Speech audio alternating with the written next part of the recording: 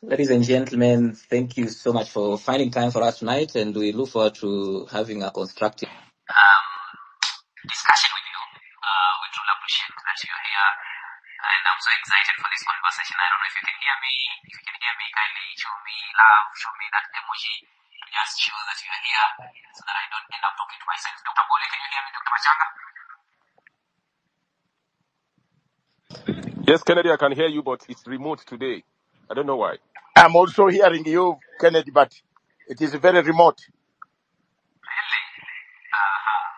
Yeah, you seem to be in a loudspeaker in a football field in Nyayo Stadium. What about there? Can you hear me now? We hear you, but it looks It's echoing. I'm standing there's too far. There is echo. there's an echo. Okay, let me just give me a second to rectify this.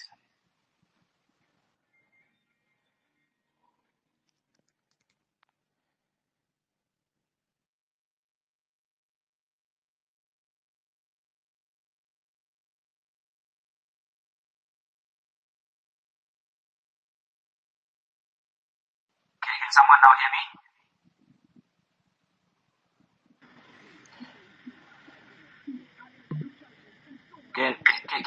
Can you hear me now?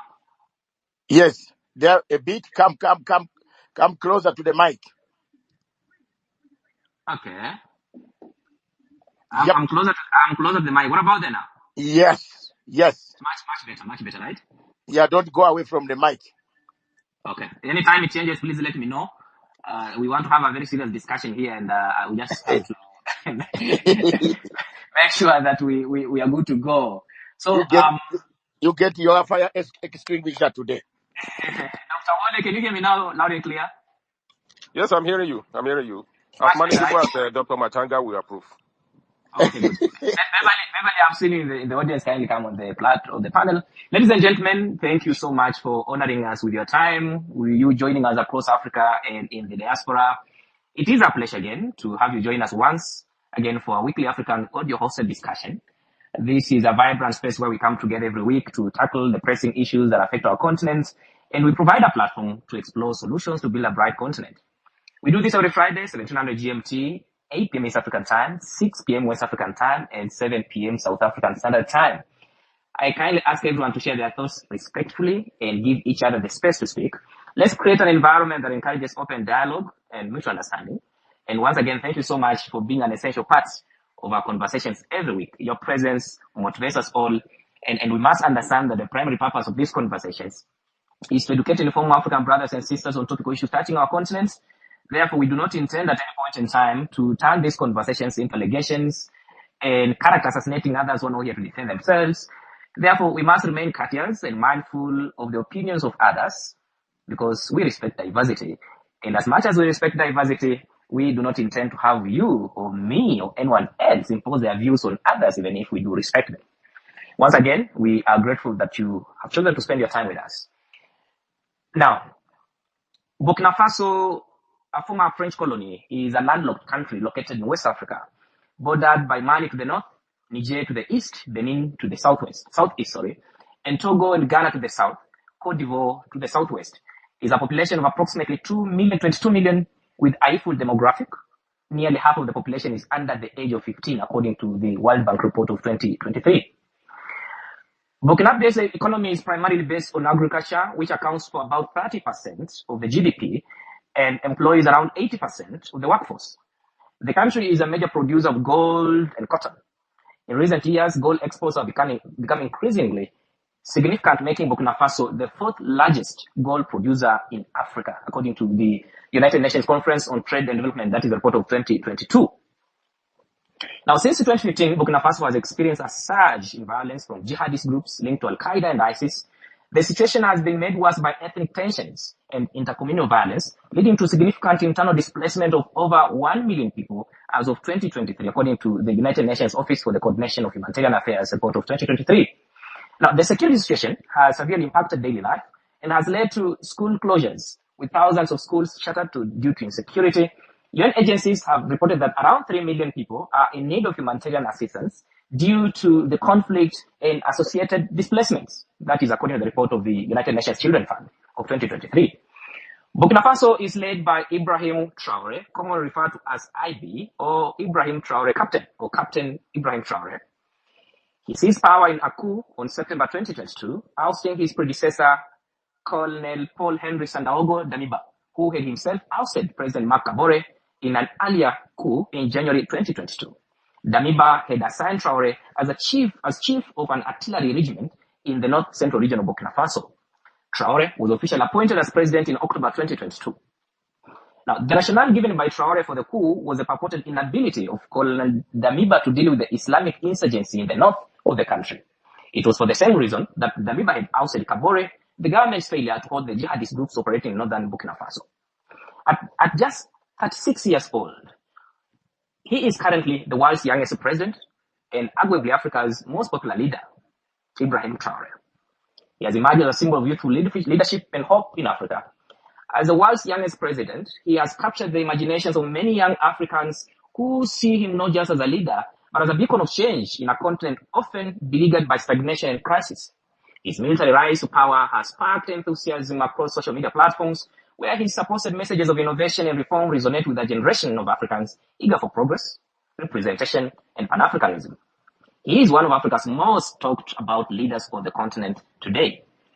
Now, since taking office, Traore has focused on a number of key issues that showcase his leadership approach. However, Traore's popularity goes beyond acceptance of military rule.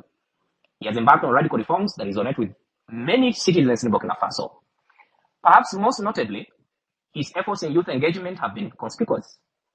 By directly appealing to the aspirations and concerns of the young demographic, Captain Traore has inspired political activism and discourse among young people, encouraging them to partake in the national duty. According to a report from Al Jazeera, his ability to connect with the youth has resulted in a surge of enthusiasm for political participation, creating a sense of collective identity and hope in the country, according to the Al Jazeera report of 2023. This has led to some to even draw comparisons between him and Burkina Faso's earlier leftist revolutionary military leader, Captain Thomas Sankara, who initiated policies to boost public political participation, empower women, address environmental degradation, and reduce inequalities. Captain Traore has taken steps to reverse a salary increase for government officials that was implemented by his predecessor, Kabore, all while maintaining his own salary as a military captain. He's also working to assert control over the country's mineral wealth by nationalizing 2 gold mines and halting the export of unrefined gold to Europe. Instead, he has launched a national gold refinery aimed at processing 150 tons of gold each year. Now, look at this. The nationalization and gold price surge have led to the increased government revenues for mining royalties as a result of that particular step for Burkina Faso. Because gold, like I said earlier, is a major contributor to Burkina Faso's economy, accounting for a significant portion of its exports, GDP, and government revenue. Other notable initiatives include the creation of the National Support Center for the artisanal cotton processing, the construction of the Ouagadougou-Donsin Airport, and significant investments in agriculture and small businesses, with the idea that this is going to create jobs and sustainability in the country. As highlighted by the World Bank, these advancements are crucial for stabilizing the economy, yet they require time and continuous investment to bear fruit, according to the World Bank report of 2023. Traore seems to have prioritized security reforms in response to the escalating violence from militant groups. The country has been plagued by terrorist attacks that have led to widespread displacement and fear among the population. Now, under his leadership, the Burkinabe's military has sustained efforts to train and equip local forces.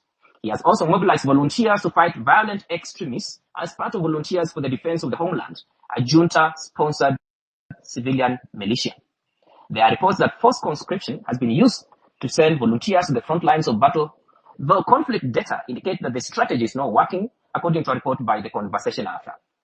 Traore has ordered the withdrawal of French security presence and welcomed Russian mercenaries, Russian soldiers, and aircraft supporting operations. Others were sent to work with Burkina Faso National Intelligence Agency, while still others were tasked with training new members of future special units. On January 24th last year, Africa Corps, formerly Russian Wagner, published the first images of a deployment to Burkina Faso on its Telegram channel, with the message reading, "A Russian contingent of 100 people will ensure the safety of the country's leader Ibrahim Traore and Burkinabe people from terrorist attacks." End of quote. Despite promises by Captain Traore's military government to improve security and even seeking new security partnerships with Russia, the situation remains dire with frequent attacks from insurgents. Burkina Faso, like its Sahel neighbors, has been battling armed jihadist groups with an estimated of about 40% of the country under their control.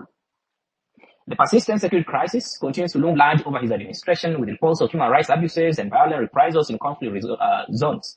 Organizations such as Human Rights Watch have voiced concerns over the military response to dissent, putting Traore in a precarious position as he navigates the complexities of governance while attempting to quell unrest, according to the report of the Human Rights Watch in 2023. According to the Conversation Africa, Traore may not be as popular among ordinary people as he is often portrayed outside Burkina Faso. This is inferred from the violent repression of critics, multiple alleged coup attempts, as well as the ongoing violence and humanitarian crisis. He has cracked down hard on independent voices. Journalists, civil society leaders, political party leaders, and even judges have been targeted by the junta with its forced conscription tactics and other forms of violent repression.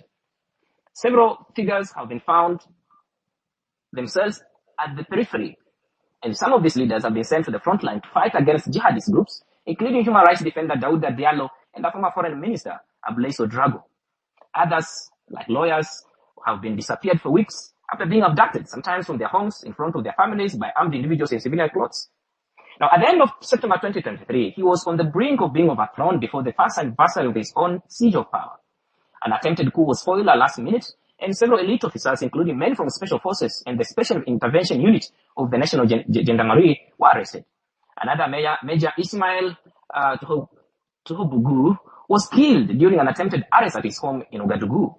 At the end of December, a dozen officers suspected of plotting against Traore were sent to Russia for a 2.5-year training course against their will. Since then, Traore has created the Rapid Intervention Battalions. He recruited 50,000 volunteers for the defense of the homeland, civilian auxiliaries to the army, and bolstered the State Security Directorate. He also took control of the bodies he considered hostile, such as the National Gendarmerie and the Special Forces. At the beginning of January last year, he announced the creation of a Special Rapid Intervention Brigade, an elite unit which is tasked with fighting terrorism, taking part in special operations, and protecting institutions. Now, this week, Burkina Faso military government has said that it has foiled a major plot to overthrow junta leader Captain Ibrahim Traore, with the army alleging that the plotters were based in neighboring Ivory Coast. Security Minister Mahamadou Sana said the coup attempt was led by the current and former soldiers working with the terrorist leaders. The intention was to attack the president's palace last week. Traore's government has been criticized for authoritarian measures, including media restrictions. The Guardian reported that Burkina Faso banned several foreign media outlets, including the BBC, Voice of America, and The Guardian, over coverage of alleged massacres by the army, indicating efforts to control narratives. Political opposition also presents a challenge, as skepticism lingering from his military background raises questions about his commitment to democratic principles. Traore committed to restoring constitutional order by July 1st, 2024, as part of an ECOWAS coordinated transition timetable. But following the withdrawal from ECOWAS, a new 60-month transition plan was announced, extending his rule until at least 2029. Ladies and gentlemen, is Captain Ibrahim Traore who people out here say he is? What does he stand for? Brothers and sisters across Africa, this is a conversation that I've invited us to have. I've invited all of us around the table, but I've also invited our brothers and sisters who watch Africa. Some will join us later, some are here. But you in the audience, we want to have your say. I've invited Dr. Wole Ojewale, expert on conflict and security, West and Central Africa at the Institute of Security Studies. Good to have you with us, Dr. Wole Ojewale. Thank you so much for having me. Thank you. We've also invited Beverly Ochieng. Beverly is a senior analyst at Control Risks in the Center for Strategic and International Studies, focusing on the Sahel. He's also a colleague in the industry. Good to have you here, Beverly. Thanks so much for having me as well. We've also invited Dr. David Machanga, a political scientist and risk strategist, Pan-Africanist, media commentator, and also a conflict resolution expert. Good to have you, Dr. David Machanga. Thank you very much, Kennedy, for inviting me. And thank you very much, fellow panelists. Good. We will open this conversation to everyone in the audience at some point. When time comes, we will ask you to hit the mic on your bottom left, and you will get the panel. We have a chat box or chat room on your bottom right. Kindly place your comments there, and we will read them to the audience. We are going to place a tweet on the dashboard for your convenience. You can place your comments there. Tell us what you think, and we'll let the panelists all respond to them, and also have you, our brothers and sisters, respond to some of this here, what we'll be discussing here. I urge everyone to share their thoughts with respect and to allow each voice the space it deserves. It is crucial that we foster an environment that is conducive to an open dialogue. Let's maintain a focus on constructive conversation. This is not a forum for accusations, like I said before, or character attacks. We must uphold courtesy and be considerate of differing opinions. Respect for diversity is non-negotiable.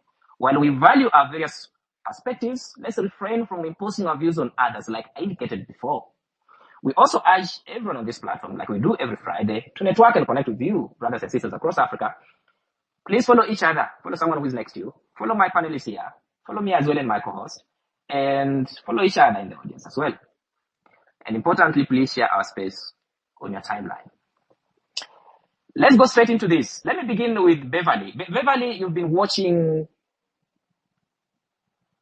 a lot of commentary online. In some quarters, experts have said that some of the accounts that are being created on the continent, but that are being directed from elsewhere. And their messages appear coordinated to portray Captain Ibrahim Traore as a hero. But the situation may be different inside Burkina Faso. You've been watching on Burkina Faso, you've been watching on Sahel. Tell us more about Ibrahim Traore apart from what I've just read here. Who is Ibrahim Traore? Is he who people say he is? Thanks for that question, Kennedy. I mean, to be quite honest, there's a lot about him that tends to feel very enigmatic, and some of it tends to be very inaccurate, and some of the things that you'd also shared blur between those lines. So for instance, the nationalization of the 2 mines was not something the government enforced. It was on a technicality, which then allowed the government to win back these mines. The issue around him recruiting 50,000 VDPs, it hasn't quite happened yet. That is the plan, and they're still ongoing. And the military setbacks have been one of the biggest issues behind the lack of recruitment to those numbers, but also various other issues. But I think he's been a viral president because he is a leader in the age of social media. He came into power in 2022. He was 34 years old at the time. He made a lot of very strong comments about sovereignty and about liberty. He has aligned himself with Thomas Sankara, who also died fairly young, to be fair. So for all his very strong speech, we didn't get to see the full spectrum of Sankara. Traore also made very strong comments during the Russia-Africa summit. I think that's the point where he was pivotal in the world stage. Recently I was on a trip to the US, and it's interesting because I met someone who asked me if I knew this person from, his brother from Burkina Faso. And then he whipped out his phone and it was an image of Traore. So that's how much resonance he has among young people and among people on social media. His comments are often taken out of context. He has spoken strongly about sovereignty, about ownership of minerals, about ownership of what the country's natural resources are. The government actions don't yet match those rhetoric, and a lot of it is yet to be achieved. But of course, he is someone who is grappling in a country where there is widespread conflict, where there are high expectations on his leadership.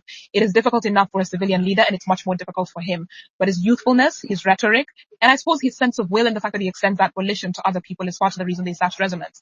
But the intolerance towards criticism is, of course, a cause of concern, especially in an age where we want to celebrate free speech, which includes both praise and criticism.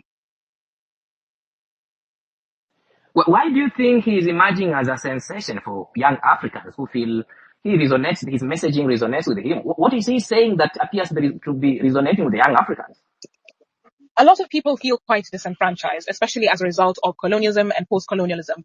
People who have felt that Western countries are taking advantage of African resources for their own development, and yes, the development in the continent is not matched in the same way. So we produce a lot of minerals that would then allow Western governments to improve their economies, improve their own livelihood. It's raw material, which we're not getting much from. And he's been able to tap into that rhetoric. So the idea that our natural resources should work for us, that Western countries should ensure that they are sufficiently providing for military forces in the region to fight against insurgents, because that then robs us of opportunities.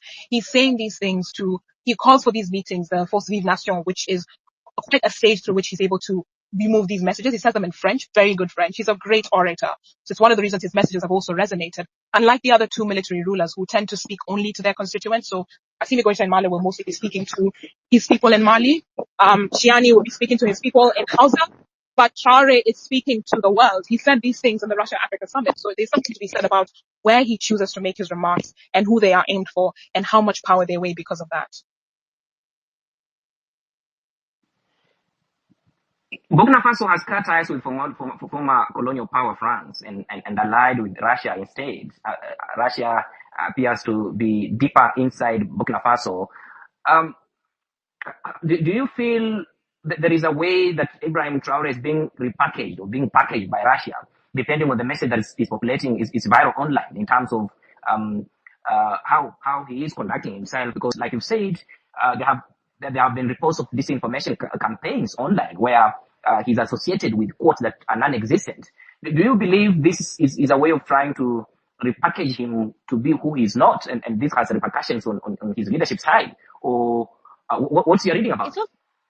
I suppose it's not so much who he's not. He is these things. And I think because it comes from him, it seems authentic. So the big packaging was at the Russia-Africa summit. And we know that many of the Russian regime packages, protection packages, tend to come with media campaigns, military campaigns, some of which are very difficult to directly link to the Kremlin. But of course, if you look at social media and the kinds of accounts that are always pushing out messages in support of Traore or somehow exaggerating or inflating his comments, it looks coordinated.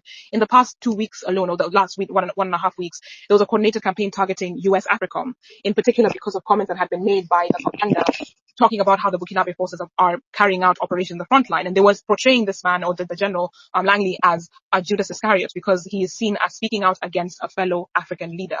So there is a sense of packaging which pushes back into the kind of man Traore is. He is a Pan-Africanist. He is a resource nationalist. So there's nothing different about that. It's just about it coming from him gives it as much authenticity rather than it coming from Russia. And all Russia can say is, we are supporting this country to achieve its sovereignty. We're not putting words in his mouth. We are simply being guided by how he feels about where his country should be represented. Since the French withdrew, of course, we've seen Russian mercenaries providing protection for Traore himself and reportedly supporting operations near the border with Mali. Of course, there are people who say that he has capitalized on the anti-French sentiment, where he blamed the French for many of the country wars and cast Danube and the other leadership as close French allies. I know there are challenges with Burkina Faso at the moment in terms of security, but in terms of what Russia is providing and what the former colonial power was providing, do you see any changes at all? You've been watching on this country for some time. Are there any changes? I mean, the changes is that the insurgency has spread in places where it wasn't before. So much closer to the border with Niger, much closer to the border with Benin, the recent attack that took place. Burkina Faso is becoming a bit of a launching pad for attacks in neighboring countries and is being seen as a place where militants are able to entrench a presence that has not been there before. At the same time, there has been an increase to some extent in intercommunal tension. So allegations that armed forces are engaged in human rights abuses, particularly targeting certain communities, and the fact that the VDPs themselves have some form of carte blanche from the military government. He's been a strong proponent of how the VDPs should be operated, that they should be strengthened, that they should broaden the recruitment. But of course, the scrutiny goes back to human rights and the high reputational risks there are now with being involved in Burkina Faso under the circumstances. So the Western force infrastructure leaving means that there's less in terms of accountability, but also that the rhetoric against France and in support of Russia and in support of a military government, which obviously came into power without an election, that is increasing. Before I take Dr. Wole, Beverly, of course, the issue of coups or coup attempts in Burkina Faso is not something new. 2015, you remember, actually 2014, President Traore resigned following those protests against plans to extend his rule. And then at that time, we had a transitional government taking charge. 2015 coup attempt, a unit of the army failed and elections were to take place. But then in 2016, we saw around 30 people being killed in Ouagadougou as a result of Islamic insurgency in northern and these other jihadist groups. In 2012, we had 2 military coups in 1 year.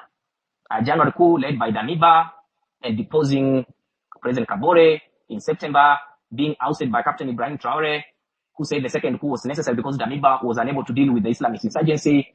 Yeah. And then between that period and now, 2023, we had a report of Traore being, there were allegations of him being overthrown. There was an attempt to overthrow him. Last week or this week, the military in Burkina Faso said people, current leaders, military leaders, and former military leaders were operating from Cote d'Ivoire and were making an attempt to overthrow him. What is your reading about this? Generally, political stability is quite fragile in Burkina Faso, and because the army has always been predisposed to seizing power, that is a likelihood. Under the circumstances, given that there is a higher level of the insurgency, the armed forces are the ones in the right line of fire, it is likely that there are bound to be other allegations of coup attempts against Traore, because a feeling of a failure of leadership means that someone wants to take over. At the same time, Cote d'Ivoire hasn't had very good relations with Burkina Faso because there are some dissidents who are based there, Burkinabe dissidents, financiers, or people who the junta leader has fallen out with, who had financed his campaign. So it's not implausible, but of course it feeds into this climate of fear and this sort of siege mentality in Burkina Faso, in that it's difficult to criticize the military government under these circumstances, and it means that they continue to justify their hold on power on the fact that there will always be instability and that they're always under threat. So thank you so much, Beverly. Say there, I'll be coming to you shortly. Beverly is a senior analyst at Control Risks in the Center for Strategic and International Studies, focusing on the Sahel. Let me bring in Dr. Wole. Please continue sharing our space. We are getting to some point where now we want to bring you, all of you, to the panel. Share your thoughts about Ibrahim Traore. Please share our space on your timeline and also follow each other. Follow my panelists here. Follow me as well. Dr. Wole, Captain Traore appears to have captured the imagination of the young people in Africa. Young people, especially those on online, appear to be very much enthused with the messaging of Traore. And this has been one of the things to watch online. Why do you think there's so much sensation around Traore and the direct comparisons with Sankara at the moment? Does he stand to be one of the people that many Africans should look forward to in a continent where we've seen the median age of African leaders at 63 and people still hang to power? Thank you so much, Kennedy. I think going by the things that you read and how you frame the question that you have thrown at me, I would say, for now, he's not someone to emulate, to admire, or to look up to. And I'm going to state the reasons. If Ibrahim Traore is this brilliant, if Ibrahim Traore is this popular, then he should remove the khaki and go through the ballots to come and test his popularity. So that is what I mean. So if he turned to a reform Democrat, and then we begin to see Ibrahim Traore turning the quality, improving the quality of life of the people, those figures, the numbers that you read on security begins to go then, and he probably turns a section of Ouagadougou to Silicon Valley. As you must have read that, in quote, Burkina Faso is now producing electric cars, right? I'm sure you must have seen such stuff on LinkedIn, on Twitter, on Facebook, and all these things. And I need to say that it's unfortunate that we find ourselves on this trajectory. As someone who has lived a couple of decades and has witnessed military authoritarianism in Nigeria, and who was privileged to survive because the experiences were unbearable. I'm talking about sheer mystery of living under a military rule of General Ibrahim Babangida for 8 years and Sani Abacha for another 5 years, which makes it 13 years. That's a long time in the life of a nation. And I can say that democracy has all its fault lines, and then it's not a perfect system. But the level of enlightenment that we thought we have attained to begin to romance people who came into power through the barrel of gun, as I've seen on social media, I think it is really dissatisfying. And Kennedy, we are living in a viral age. You just need a couple of people to like and reshare what you have posted, whether it is in remote part of Bamako or Ouagadougou or Nigeria or anywhere. In a few minutes, they can begin to talk about you in Japan, in China, and even in Solomon Island. So I think that is where we are. The people, the younger generation that have found an hero in Ibrahim Traore, majority of them are probably children born in the early 2000s who they've come to associate everything with the internet in terms of what they learn and what shapes their experience. So it's quite understandable that it's really gaining traction among those people. So I think it's a combination of the savvy nature of the internet age, and you can push anything that you want to push, as I imagine that is what they are doing. I've done research work in Niger, even though I've not personally visited Niger myself, but I have a fair knowledge of what happens in Niger. There's a program that they call National Youth Service in Nigeria. When I was posted from down south to the northern part of Nigeria, I was just 26 kilometers away from Niger Republic, and I've done a couple of work in those places. I've personally visited Mali, and I've also gone through Burkina Faso. So at least I can talk about 2 of the 3 countries from direct experience, bed view experience, on the ground experience, and I can tell you categorically that a considerable percentage of those things that they are pushing on social media don't exist in those countries. So, in a nutshell, to answer your question, it's just a facade that is largely disconnected from the actual realities. And I don't want to begin to reiterate some of the things that Beverly, the first speakers, actually mentioned, and the reason why Ibrahim Traore is about the best thing that has happened to Africa in the assessment of many persons. But this is my own objective truth. I'm not imposing it on anybody. I do not just read or write about Burkina Faso and Mali and these countries. I've personally visited those countries, and both on the ground experience and the bed view experience of those countries. I think I have sufficient knowledge to be able to gauge how popular and how realistic are some of these things that these people are pushing on LinkedIn, on Twitter, and then on Facebook. If it's that popular, like I mentioned, let him go through the ballot. If he is popular, let him go to the ballot. Now, Dr. Wale, what's your reading of this? He appears to have ignited a renewed sense of sovereignty. We've seen many African leaders traversing Europe, the Americas, and the East with a begging bowl. But this one, Captain Traore, according to what I'm reading here, appears to be breaking away from entrenched foreign influence and steering the country towards self-reliance. Of course, there are those who say this is not enough, but there appears to be some movement in terms of economic reforms, igniting change in terms of how the country is structured economic-wise. Do you see that this resonates with many young Africans who feel there must be some sense of sovereignty and we must stop moving with a begging bowl across Europe, the Americas, and the East, asking Yes, what we can do ourselves? so, Kennedy, thank you for this educating platform. It's important for us to understand what is going on. It is a contestation about ideas, which I think is reminiscent of what we used to have during the Cold War era, which was a situation of the East versus West in terms of ideas, polities, civilization, and the path that countries want to go. So, what you see that is happening, a number of countries, including Burkina Faso, used to be leaning towards these ideas that the USSR, not Russia, representing those days, which was against the capitalist democracy that we have come to associate with the West. So what is going on in this contest now is a contestation of ideas and what I would consider as probably the third or the fourth wave of scramble for Africa. So this region that we're talking about has now become a prosy ground for contestation of ideas. So as the West representing France, representing the United States and all the allies, as they are exiting, then you see Russia filling those vacuum that their exit is creating in those places.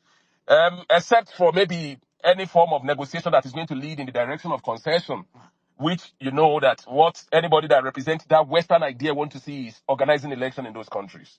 And I must say that election do not resolve the national question or national problem in any country. That is the reason why, whether it is in Nigeria, Kenya, or South Africa, these ideas of, oh, you need to improve the quality of life of people, the people are not benefiting. No country has been exempted from that.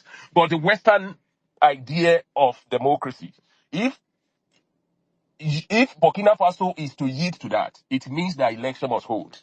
So that is the reason why you will see that, like you mentioned in your question, Burkina Faso, Mali, Niger has nothing to do with those countries who are going to push them in the direction of electoral democracy now. And for the purpose of regime protection, they have to embrace Russia. I heard you clearly when you read about the African Corps mobilization, saying 100 soldier, battalion, whatever, are going to secure the country. The reason why you see those figures going on the rise, the reason why the same region, the Sahel, according to the Global Terrorism Database, has now said the Sahel, Central Sahel in particular, has emerged as the global capital of terrorism, is because insecurity is unabated in Burkina Faso, Mali, and Niger. So I've gone this extent to say one thing, to say the very reason why they came into power, to say they are going to stem the tide of insecurity, he has not been able to achieve that. And if Burkina Faso is a country that is practicing 4 years democratic election turn, by now, after almost 4 years election ought to have held in Burkina Faso. Are you telling me that with all the statistics that you read to us, the situation of things that I've personally seen in those countries, that if dissenting voices are not being silenced, an election is held today, in which Ibrahim Traore himself is not the mediator, in which he steps down to contest the election, is he going to win? Those decisions are for the Burkina Faso. I can only analyze from afar and to say what is going on is nothing new at all. The only respite, the only place to turn to, and that is the reason why you see the three of them turning in that direction, is to turn in the direction of Russia. And we must also understand the context of what is going on in the world now. That there is a rise of authoritarianism in which countries, authoritarian autocrats are recruiting more members into their fold. And this country play into that mode. So if you look at this, except like I mentioned, certain concessions are going to be made. There is no way those countries are going to identify with any country or any region or any established structure that is going to nudge them in the direction of holding an election. He said election is going to hold in 2029. By that time, we will have spent almost 7 years. You remember what happened in Chad? Imagine a situation in which they come up with a referendum that permits him to be on the ballot, contest the election, and probably go for 2 terms. So you're going to talk about someone that, if you project maybe 21 years in power. See, the time has passed. But like I mentioned, the decision is for the Burkina Faso. I do not have a franchise right in Burkina Faso. I can only analyze from afar. And like I've mentioned, I can tell you, Kennedy, travel to those countries. There's so much promise of military populism. It's more of noise than substance on the ground where you get to those places.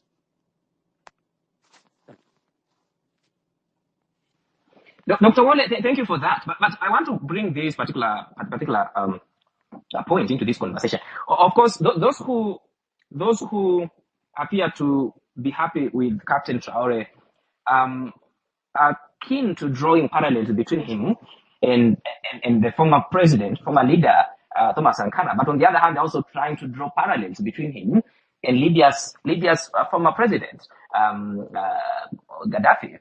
Now, and those agree, and the conversation that has been online, of course, we're not going to dwell so much on the conversation that is online. We're going to dwell on what is a fact.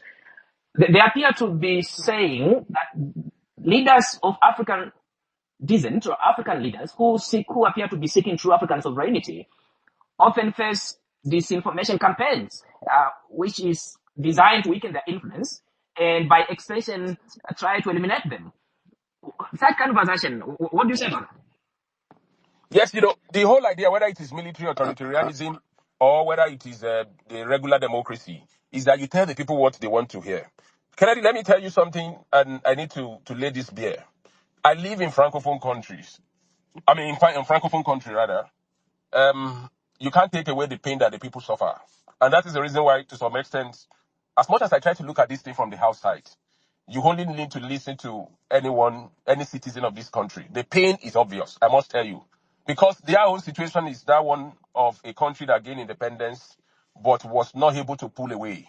And is still tied by that colonial umbilical cord to the colonial master.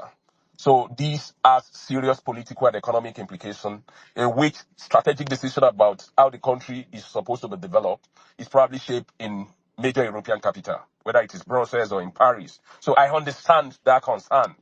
And it is in the context of that the people gravitate towards the message that projects this military leader as the 21st century liberation movement, like we've seen in the case of whether the first generation movement leaders in Africa who brought about independence, or what we saw in South Africa and elsewhere. So is that understandable? Because there's a sense in which we can analyze this and try to gloss over or overlook the plight of the people. But the point is, that by itself also has an expiry date.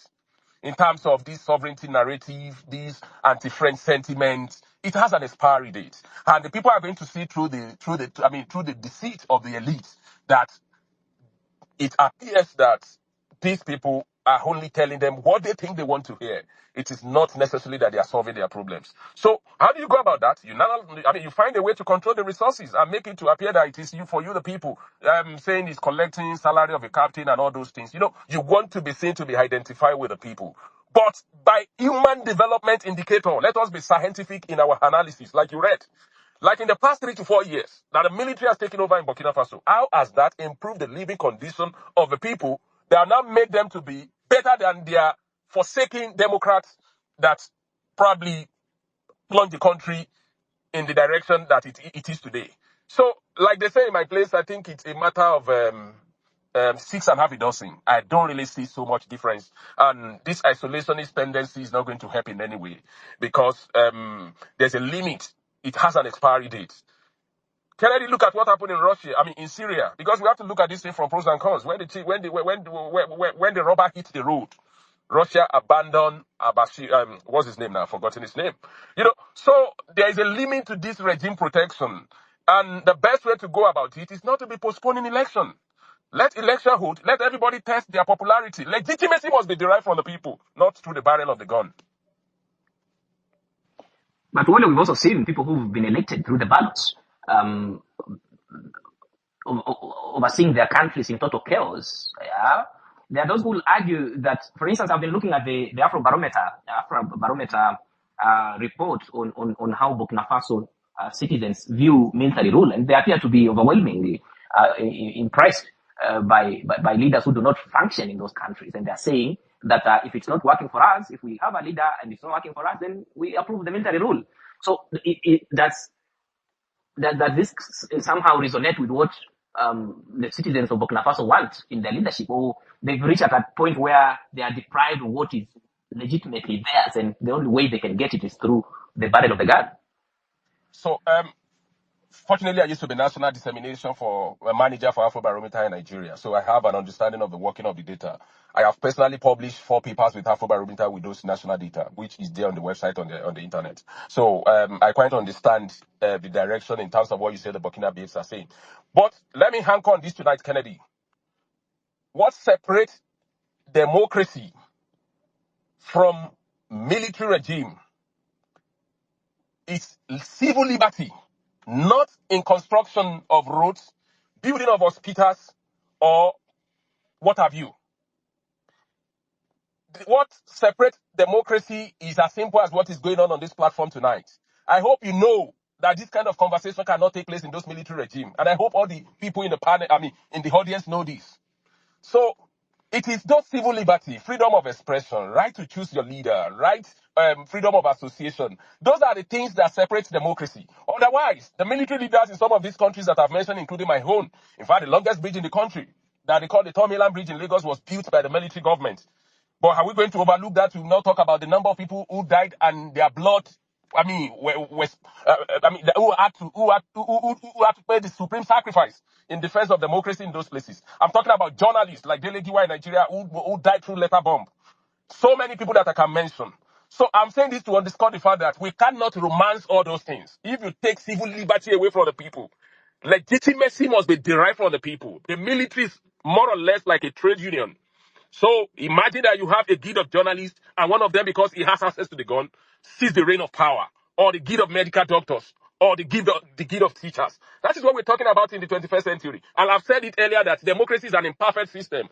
We criticize monarchy because it put people in power because there's an explanation that royalty runs in their blood, whereas all men are created equal. So in spite of the inconsistency of democracy, let the people have that right and the ritual to select their leader. Legitimacy, like I mentioned earlier, cannot be derived through the gun. It must come from the people. Okay, can we Legitimacy. come in, please? Hold on, Dr. Achang. Your time will come. I hope you give us Legitimacy time must be like conferred. you have given time to these people. Dr. Machanga, hold on. I'm coming to you. Yes, thank you. There is no need to raise tensions at this stage. We I am are not okay. We are raising okay. tension. We count Okay. the Hold minutes on. that You we are the give to next. every panelist. Count the minutes. That's 27 minutes. So give time to us also to defend Traore. Thank you. No, the idea here is not to defend or Yeah. go Don't against. tell It's us what about to do. You give us the platform, no, Wandera. Please. Dr. Yes, Achanga. we are You tired. are raising tensions and it's unnecessary. Just hold on. Your time to speak will come, please, sir. Yeah, and everybody will have an opportunity to speak here. We are not fighting here. We are just giving everybody an opportunity to speak, and you're at liberty. You're at liberty to say whatever you want to say, and that is the that's the essence of the conversation that we're having tonight. We have our brothers and sisters and sister Beverly and Wole. They've said whatever they've said. We'll also have you in the audience say what you want to say, and it's fine. And we must always agree that we will disagree, and it's perfectly okay. Yeah. For those who are joining us, we are having a conversation on Ibrahim Traore. We are trying to understand who is this Ibrahim Traore. He appears to have captured the attention, the imagination of young Africans. Is he who people say he is, and what does he stand for? These are the conversations we're having here. Please share space on your timeline to allow others to join. Like I said, after Dr. Machanga, of course, will now bring all of us in the audience to the panel if you want to speak. But as you do that, I've always indicated here that we must maintain a focus on constructing conversation. This is not a forum for accusation or character assassinating others who are not here to defend themselves. And we must also refrain from imposing our own views on others, even if we do respect them. Dr. Machanga, proceed. It's your time.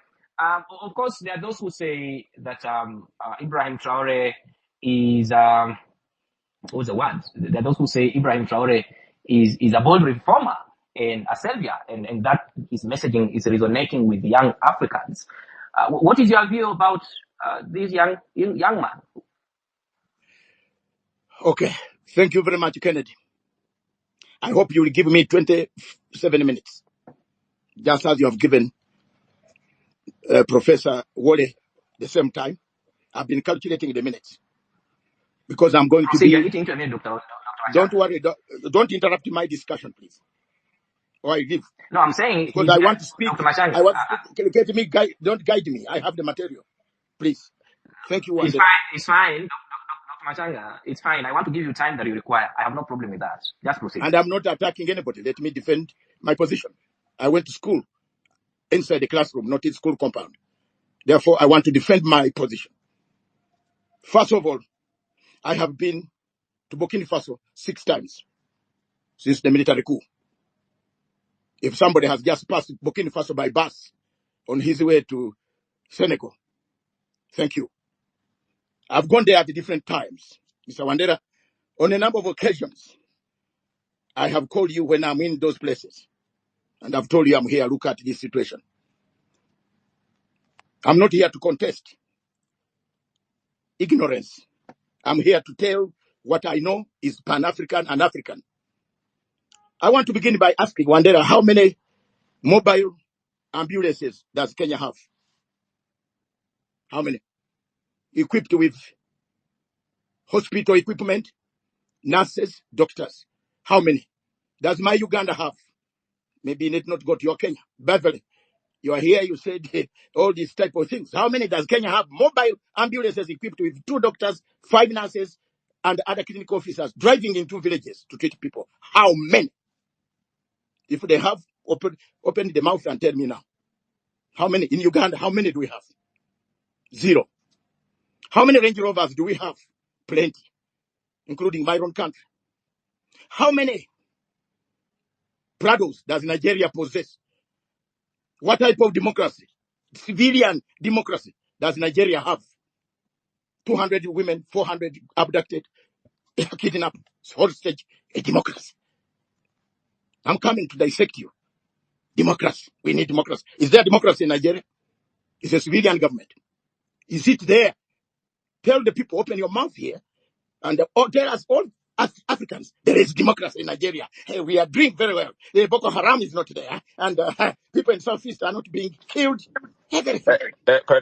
Kennedy, please tell No, Dr. let me Machanga go. to. I No, never no, no, no, interrupted no, you. no, no, no, no, no. I did not. No, no, Either you keep Kennedy, quiet I've never or done this you before. I'm talk doing to it for the first yourself. time. You Please talk. stay on the track. I am You have not. abused You are not my Nigeria before, teacher. and I kept my Yes, and I quiet. also kept quiet.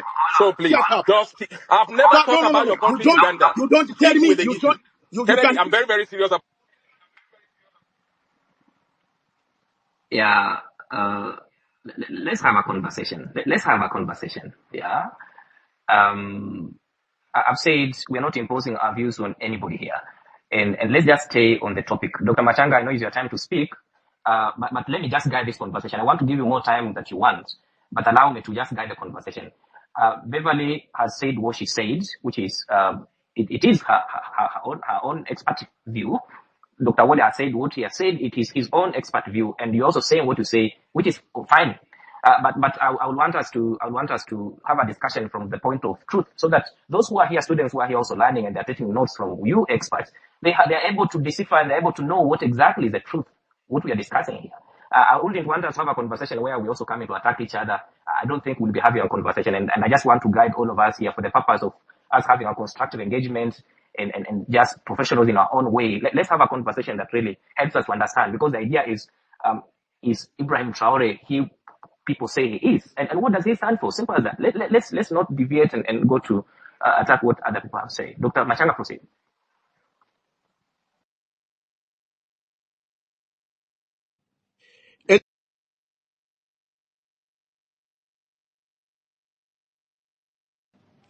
Any student of political science and international relations will know comparative politics.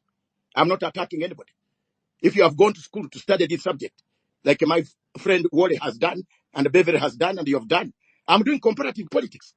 I'm not attacking anybody. Unless you didn't go to the real school. But if you went to the real university where I went, I'm doing comparative politics. I'm showing you the comparatives of what is happening here, then come back to damage you, to put a position of Traore, of Ibrahim, IT. This guy, you can call him all the names. You know, I'm now opposing 3 people. You yourself, you are my nephew. You told me exactly where your position is. I don't work for any systems of NGO syndromes in the world. I speak my mind as an African. And the man who has studied the subject of the last score. Therefore, you are not going to teach me what I should say, but I am doing comparative politics. We have civilian governments that are so corrupt, and we call it democracy. I was trying to find the point, to define the point. What is democracy? Is democracy? Is there democracy? Is it elections? How many elections you hold? Is that democracy? You can hold 200 elections, 400 elections, but you are not democratic.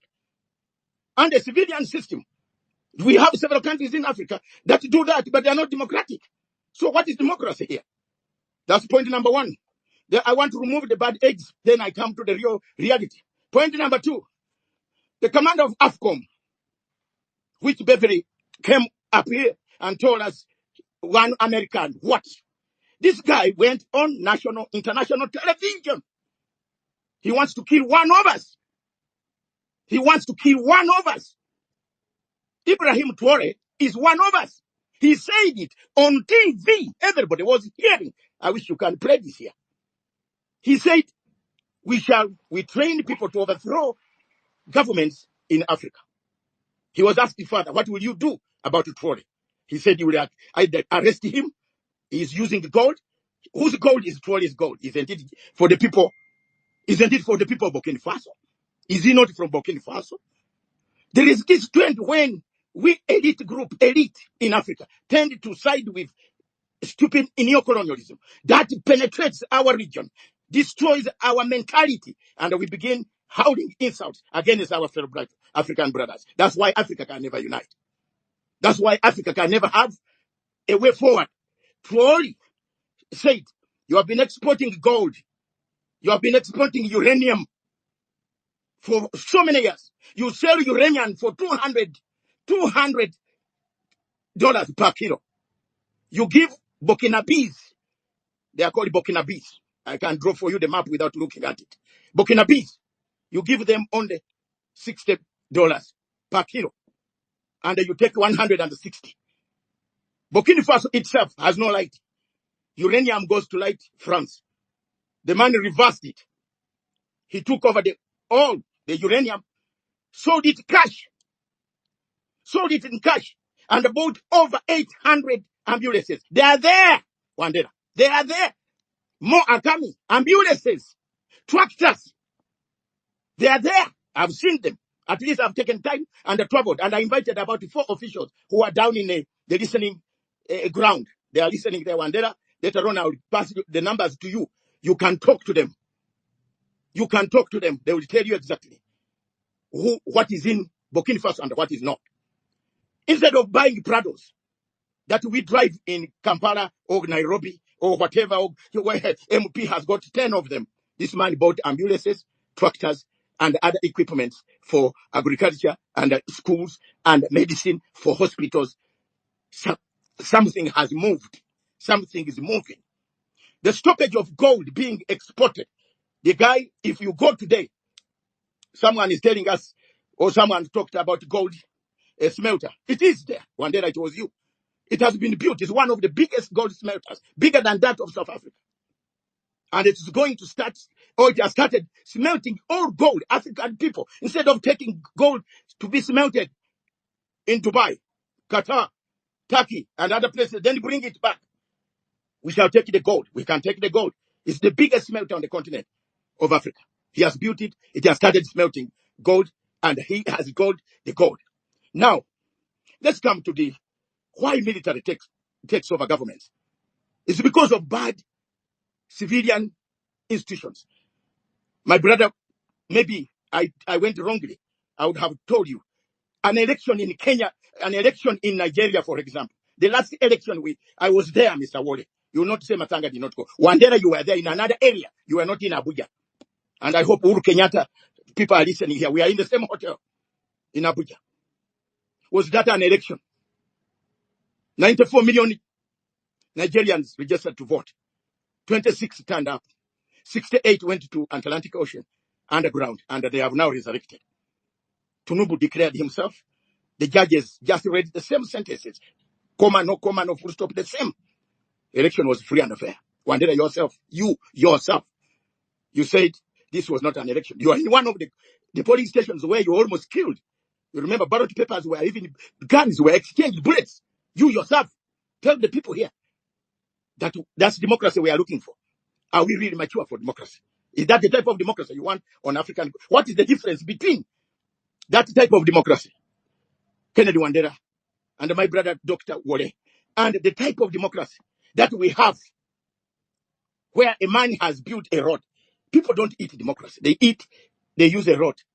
They use a hospital. They use food. They don't eat the word democracy. We have not reached as Africans, and Africa has not yet reached a level of understanding the difference between democracy and elections. If you ask an academic here, including Beverly, my sister, that for her, she knows it because she deals with these books. And very good. Thank you, Beverly. Continue doing that. But when you ask an ordinary Kenyan, an ordinary Ugandan, we are now gearing towards election in our country. But if you ask Bob Wine, what's the difference between democracy and elections? He said, I want a democracy. What is it? Democracy is when you are defeated, you keep quiet and go home.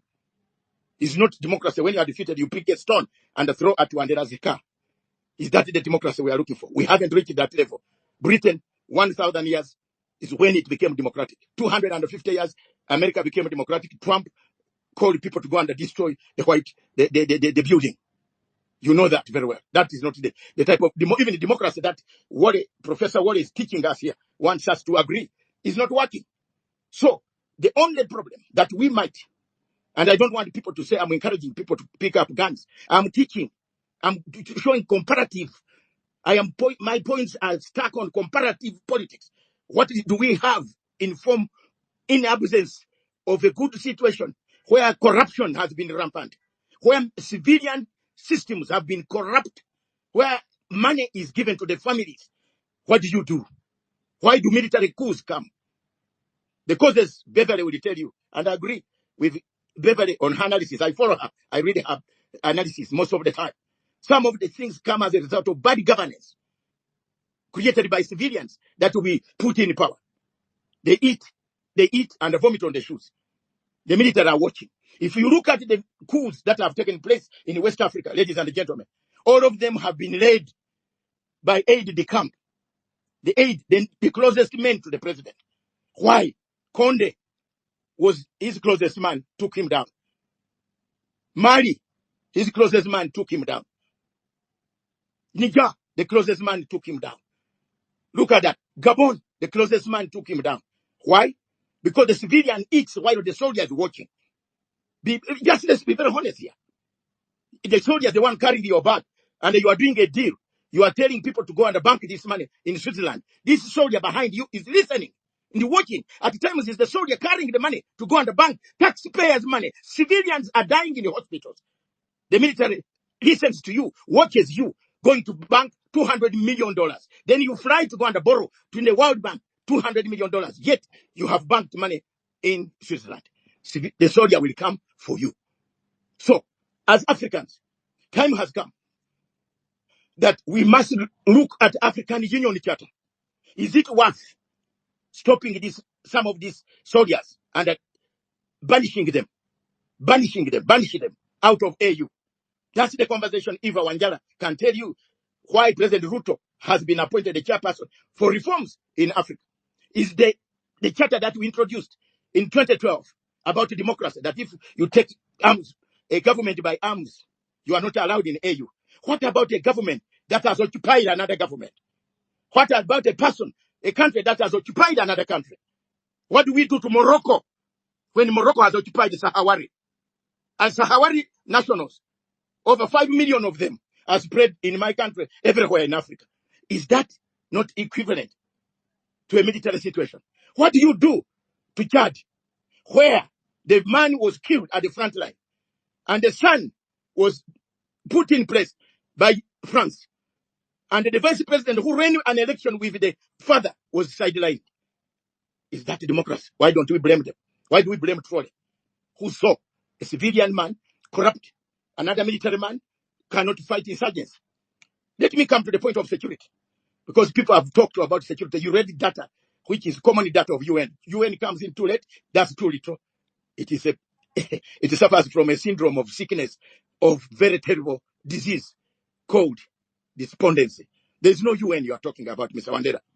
The United Nations Security Council is dead. Can I repeat that? It's dead. 2 countries against 3. 2 are fighting.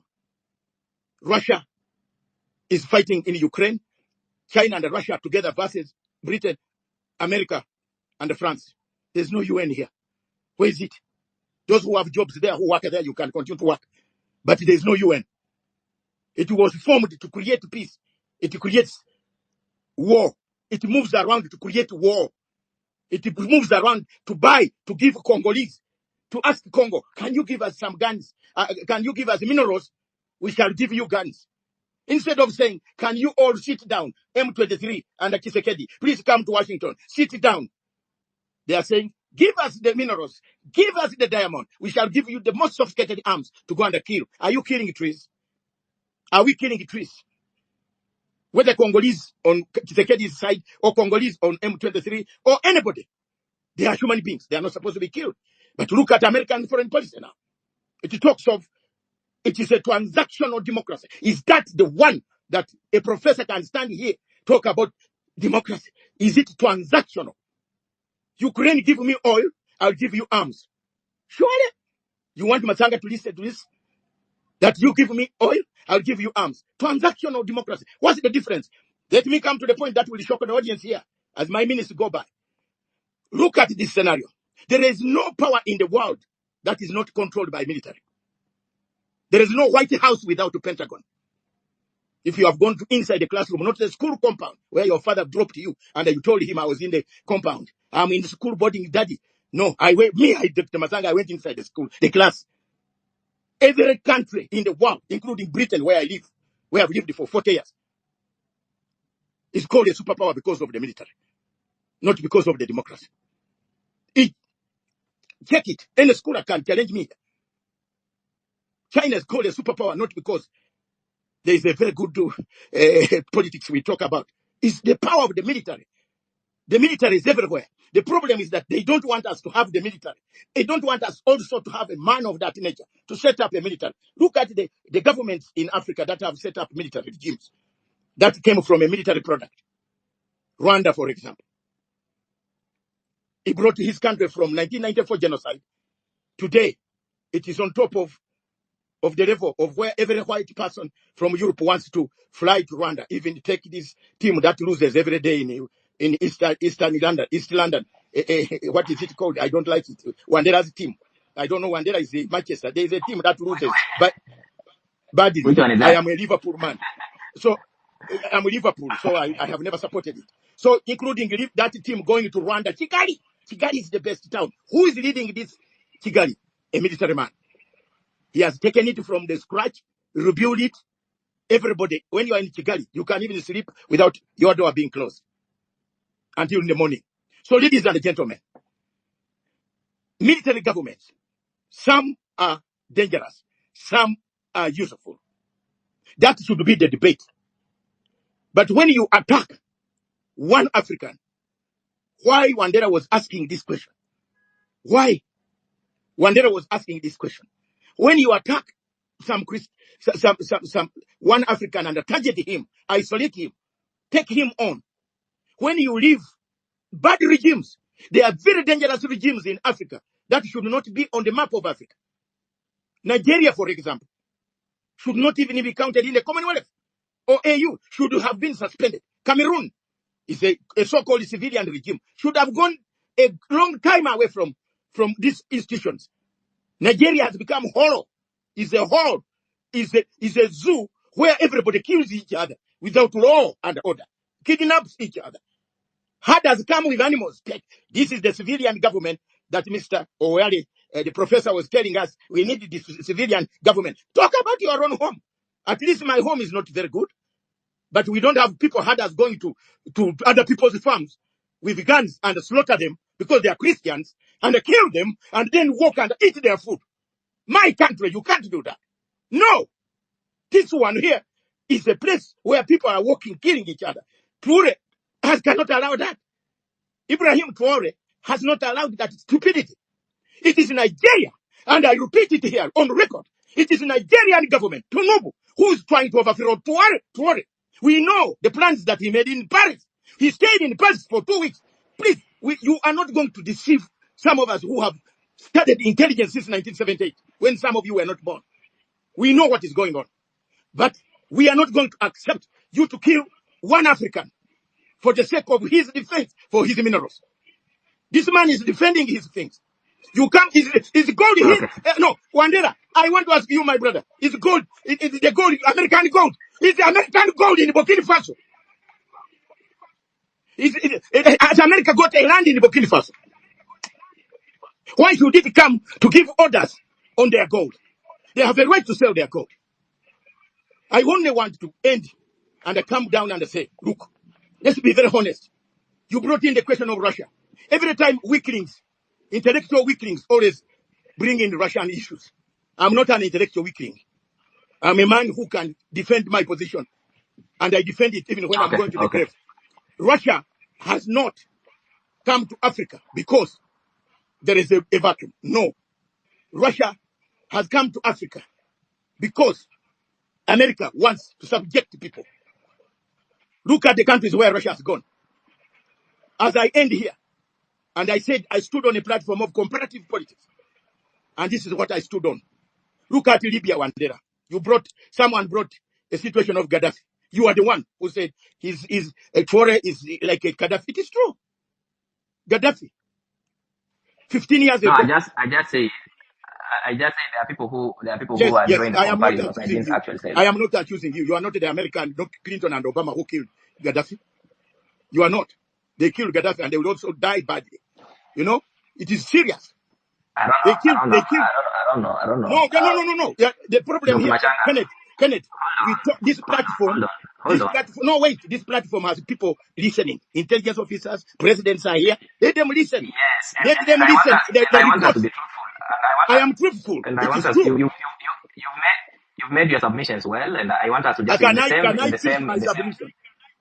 Can I finish Just my finish because submission by saying, there are many people. yes, I'm going to finish, sir. Can I finish my submission by saying, Resolution 1970 and the Resolution 1973 of the United Nations Security Council mandated France to spearhead the bombing of Libya. The people who killed, You say which destroyed. resolution? Do you know it? Do you know them? I can recite it for you without looking anywhere. You said Resolution resolution number. 1970 and 1973 of the United Nations Security Council authorized the protection of civilians in Libya. Did NATO go to protect the civilians? Did NATO protect the civilians, or NATO bombed Libya upside down, removed the leadership? Today, as we speak, Libya is divided into two.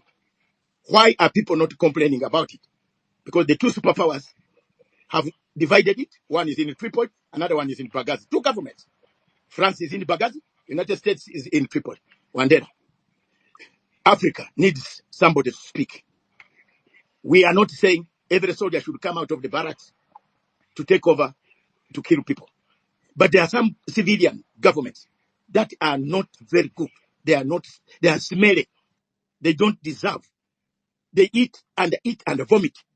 Therefore, for me, I have been in Burkina Faso, I've been in Mali, I've been in Niger.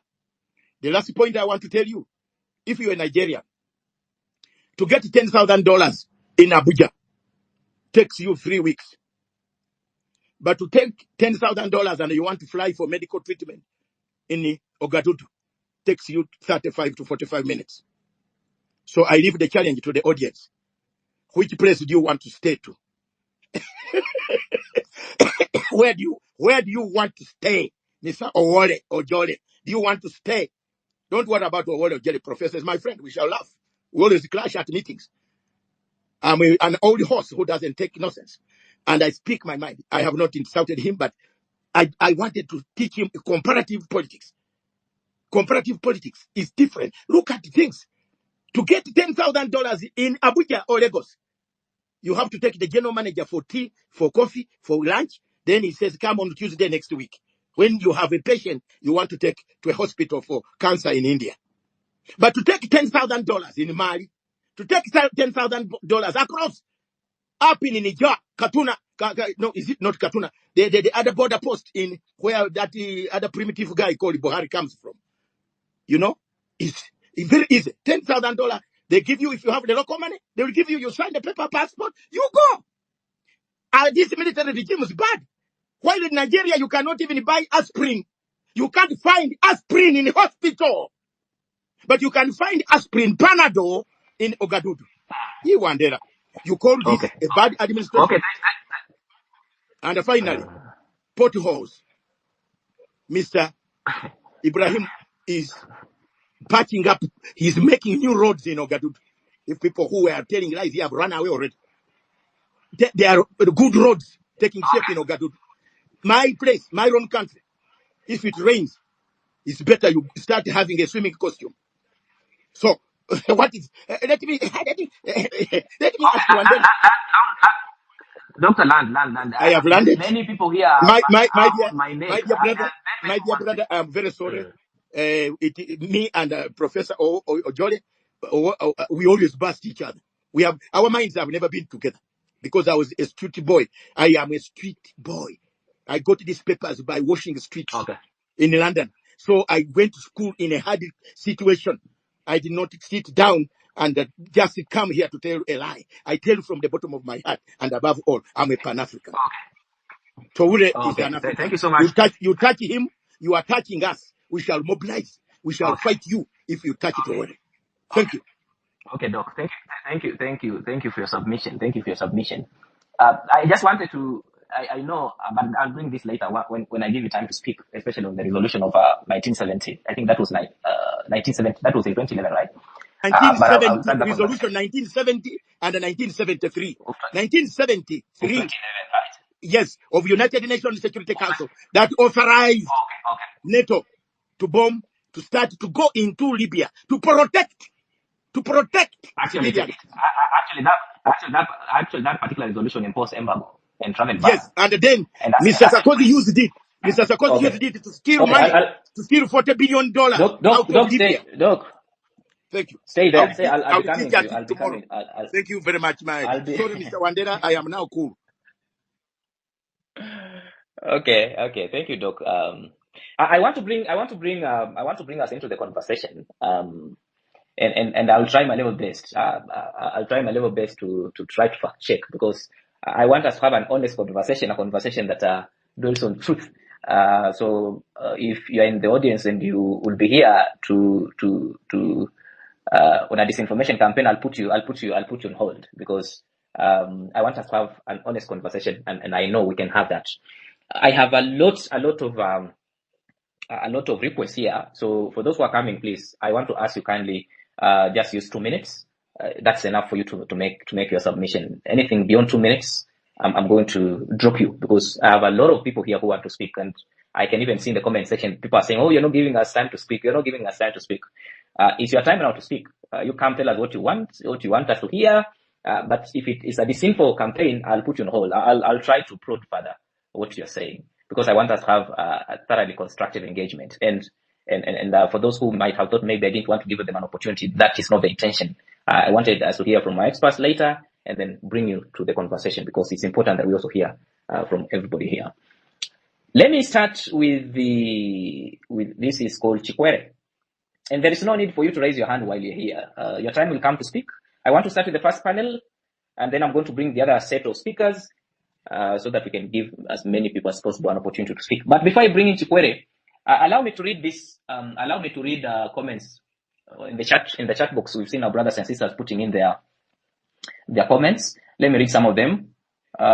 This is Sarah. Sarah is here saying, Mr. Wole, has the ballot brought democracy in Nigeria? Your analysis of Ibrahim are definitely off. Which Burkina Faso did you visit? When I had just come from there, people are excited for their country. Haibo. That's Sarah. Masterpiece says, vote and democracy is a kill always. Lukwago says, I want to read through. Then Mihigo says, Mihigo, relax. We are here and we've opened the space. Everybody's going to speak if you want to speak. Yeah. I would not have given an opportunity to speak when I had my panelists, the experts I brought in to speak. Yeah. The debate is open to everybody. It's not closed to the public. It's open to everybody. Just relax. And I want us to be a little bit patient because this conversation is a conversation. Everybody will speak here if you want to speak. So it's not just that if you request, then someone must give you an opportunity to speak. You are getting in a long list of others also who are intending to speak. So your time will come, you will speak. So let's not be in a hurry. I can see this is who. Becoming says, for once I agree with Machanga, we stand with Traore. Counter racist post says, if embracing Russia, does it mean it's bad? This is George Jeremiah said, the democratic elected presidents in the past of Burkina Faso, how have the country first fared under them? Look at Captain Traore has been able to do a lot in Burkina Faso that even people who are not from there are envious. Paul assesses Ibrahim Traore is the first god of Africa since we stand. Then Isn't Anything says he's a Russian puppet backed by a huge disinformation campaign on X, YouTube, and Facebook. Okay. Then CD Paivo says Africans will question themselves out of position, too intelligent. And then we have this is Isn't says the major miners in Burkina Faso are Canada, Australia, and Russia.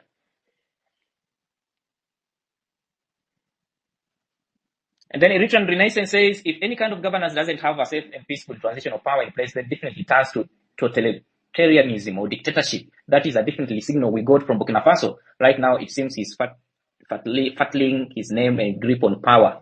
Okay. Chikwere, we start with you.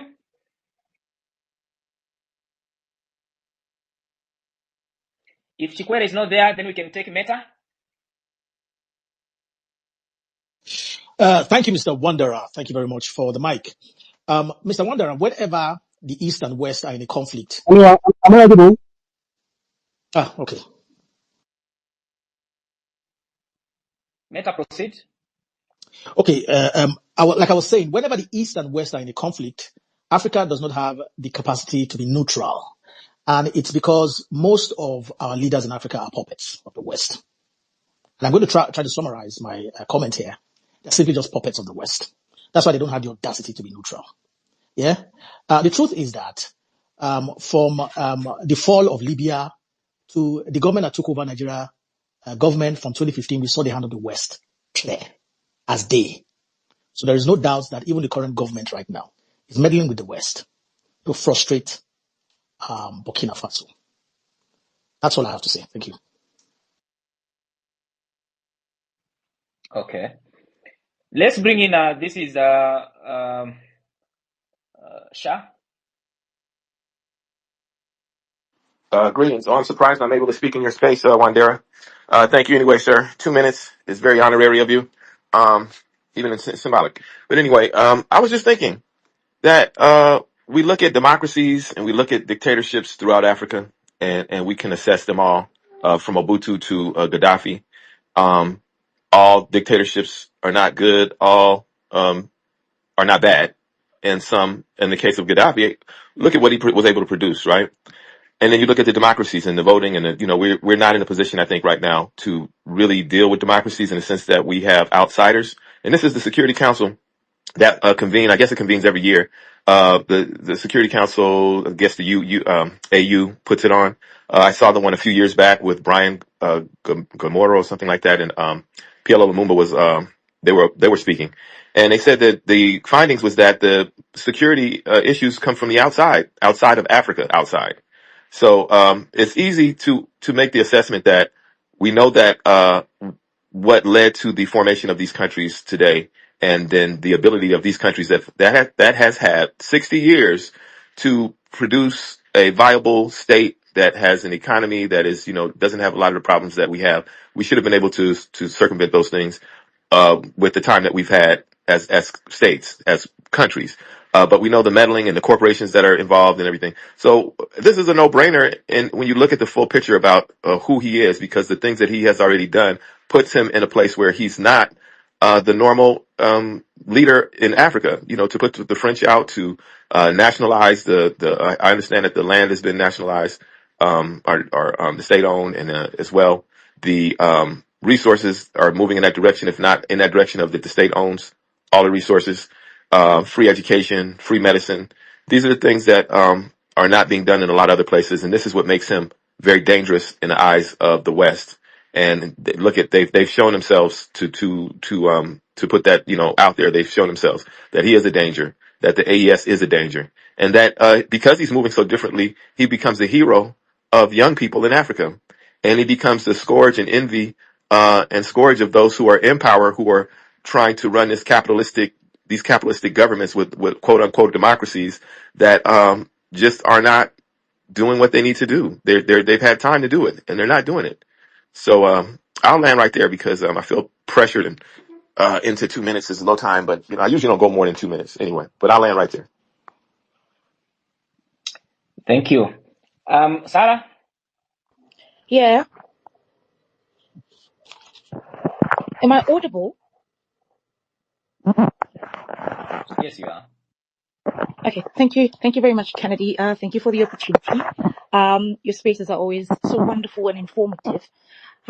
However, I really wish that Mr. Wallet was still in the space, because there are a lot of things that he said that I can literally counter, because I had just come from Burkina Faso, and I didn't only go to Ouagadougou. I went as far as Bobo Dioulasso. I went to Kudugu and Wahiguya. So honestly speaking, I have no idea what Mr. Wale was saying, because I had just come from Burkina Faso, and the people are literally excited for their president. There's a whole lot of development going on there. So I was shocked about that. And I just wanted to provide your space clarity, because I had just come from there. Okay. So the question is Traore who he is, or who he says he is? Absolutely, yes. I got to, briefly, meet this very, very big of a person. He's absolutely a visionary. That's one. And the one thing that I could lay off from our conversation, it was quite brief. I just got to meet him through luck. I went with the program, and I didn't know that I was going to meet him. Right. And I got to sit just a few minutes just to pick his brain. And I can tell you, Kennedy, that man holds the shoulders of his country, or he holds the problems of his countries on his shoulder. He really and genuinely has a vision for Burkina Faso. Right. Now, I want to say this. The West is absolutely not content with the independence that show in Burkina Faso. Okay? And the West, we mean France, we mean the USA, okay? These were people that were benefiting from the resources of Mali, of Burkina Faso, of Niger, and of most Francophone countries. Because all these resources will be banked in France. Do you understand that? And that's a very critical issue, okay, that we need to understand. And not to mention that I have it on good grounds, to a point that France had enlisted the help of NATO to destabilize Burkina Faso, right? But Russia had warned against that. And when Russia warned against that, NATO stood down. So when you are hearing about Ibrahim being a Russian puppet and whatever, it's not because he is one. It's because Russia said, you know what, NATO, you have this tendency of continuously meddling in the sovereignty of independent states. You did that with Libya. Look where that is. You've done that with so many countries in Africa. And what happens in the end? So let Burkina Faso lead itself and stay away from this country, because I'm not going to participate as Russia. Right? And that's how NATO didn't even participate in any of that. But what I'm trying to say also here is, why didn't we speak such things that we're trying to speak now, when that traitor Blaise, who betrayed his best friend, took over in Burkina Faso via a coup with the help of France? Why? And mind you, Kennedy, I have been to Burkina Faso under Blaise Compaoré. I can literally tell you the difference between Burkina Faso under Blaise and Burkina Faso under Ibrahim, because I've been to that one nation when two different people were leading that country. Okay, Burkina Faso under Blaise and Burkina Faso under Ibrahim, like I said, are literally two different countries, because Ibrahim shares the vision of the Pan-African godfather, who is the late Thomas Noah Sankara, right? Self-production, empowerment, development of self within that country. You understand? The Burkinabés are consuming, or they are producing everything that they are wearing, that they're eating, that they're drinking, and now that they're driving. And this is not some social media, whatever. I've literally got to see the farms that have been developed to self-sustain in terms of agriculture. I've seen the manufacturing companies that are producing the clothes that the Burkinabés are going to wear. I've seen them packaging local drinks. Do you understand? And we cannot try and put Ibrahim or paint him as this particular person that took over via a coup and he is scared of a ballot. Mr. Waller, as an academic and a professional, that wasn't too wise of a statement to make. Okay? Apart from being a lawyer, I am an international relations and diplomacy expert and governance, by the way. You understand? I've traveled nations advising them on international economic trade and diplomacy. So what I'm saying is not because Sarah, I think it will be I think it will be in order for us to just proceed with our own views, because even those guys, they are not here to rebuttal. I will suggest that instead of dwelling on what other people have said, we make our own perspectives known. I think with that we'll make progress. I hear you, Kennedy, but you allow somebody almost 30 minutes to say things that were not genuinely true, and that is from his expertise. And someone will also argue that I've given you an opportunity, and someone there are those perhaps who do not agree with what you're saying, but you have your right to say it. So let's just give them time to say whatever they want to say. It's our opportunity to also say what we believe is right, and that I think we make progress in terms of the conversation we have. Because ultimately we must also agree to disagree. And if someone has pointed out something that we do not believe, like you've said, you've been in Burkina Faso, you can actually share with us your experiences there, which is quite different from someone maybe who has not been there. And that also is quite enlightening and gives people an overview or perspective of what is actually happening there. And that really, I think, is very important. Proceed, Sarah. Okay. So I then also wanted to say that Nigeria is not Burkina Faso. Okay. So the West has attempted to assassinate Ibrahim 9 times already. If he is that bad of a person, why are they trying to assassinate him?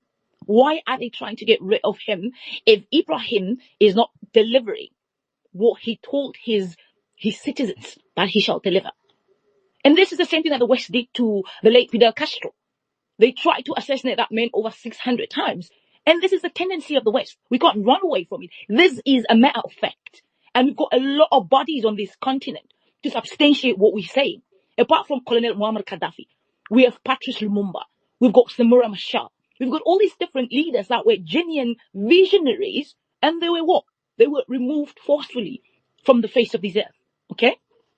So, if we look at, security wise, when I traveled to Burkina Faso, and I remember a few years ago when I did that under Blaze, I had a lot of security on me, literally a lot. From the minute I got off that plane, the number of people that I had to provide me security cannot be compared to how relaxed and calm I was 2 weeks ago in Burkina Faso.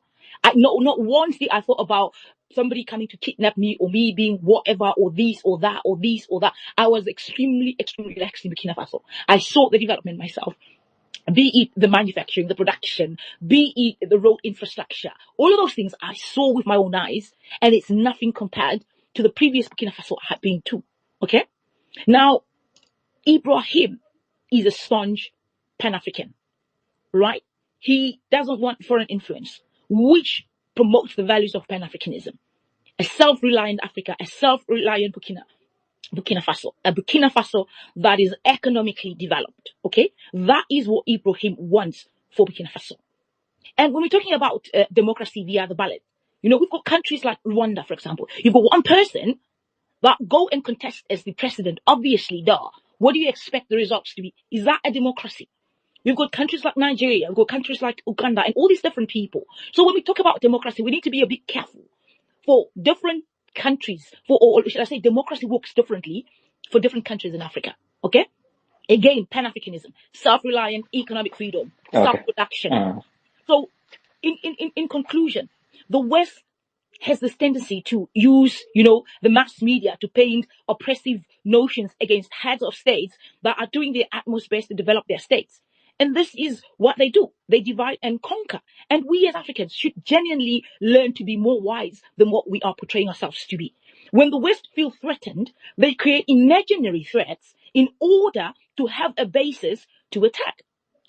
So this thing of that general, whatever, Michael, whatever, telling people that the gold that is in Burkina Faso is being used for the personal whatever of Ibrahim is false. Because I've seen the development myself. So I'm just here to say that I have just returned from that country.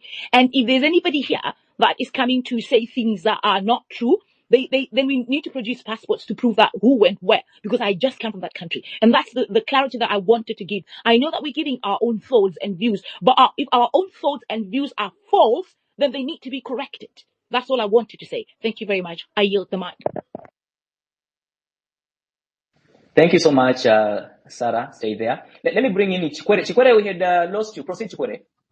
Yeah, thank you very much. I'm audible now. Am I audible now?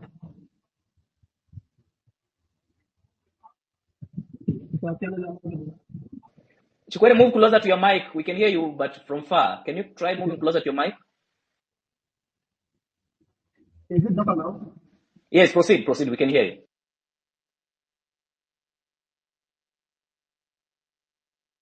Chikwere, proceed.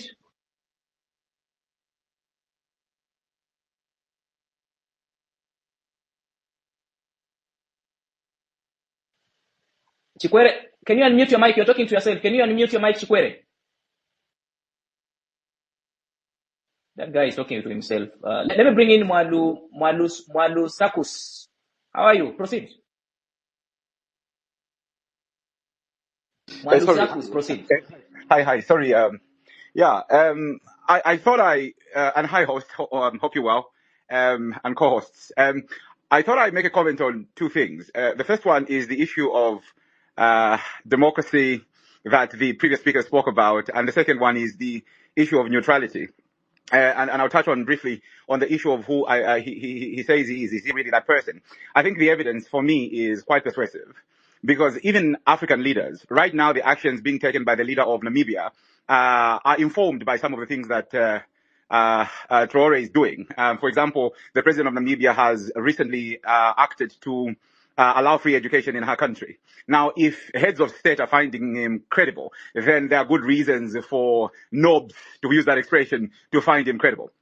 But also, I think African academics buy into Western propaganda quite a bit, and sometimes I'm disappointed, because there is this pretension that democracy is somehow a place you can go, and once you've arrived, you would have achieved the requirements of democracy. But as we've seen in the United States of America recently, that just today, we got a report that the president of America the FBI have arrested a judge. That in recent weeks, we've been hearing about the president of the United States defying the orders of a court.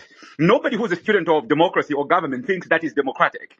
And then the presence of money in places like America. I mean, America is not a government for the people or by the people. It is really a government by plutocrats for plutocrats. And nobody who's ever taken, time to look at the American democratic system or the American system in general, thinks that the intentions of the founding fathers are, the daily experience of Americans. And even the founding fathers of America were also aware, the creation of the second house of Congress was an attempt to limit democracy, because there were concerns that the plebs would, supplant, the wealth of the rich, and so forth and so on.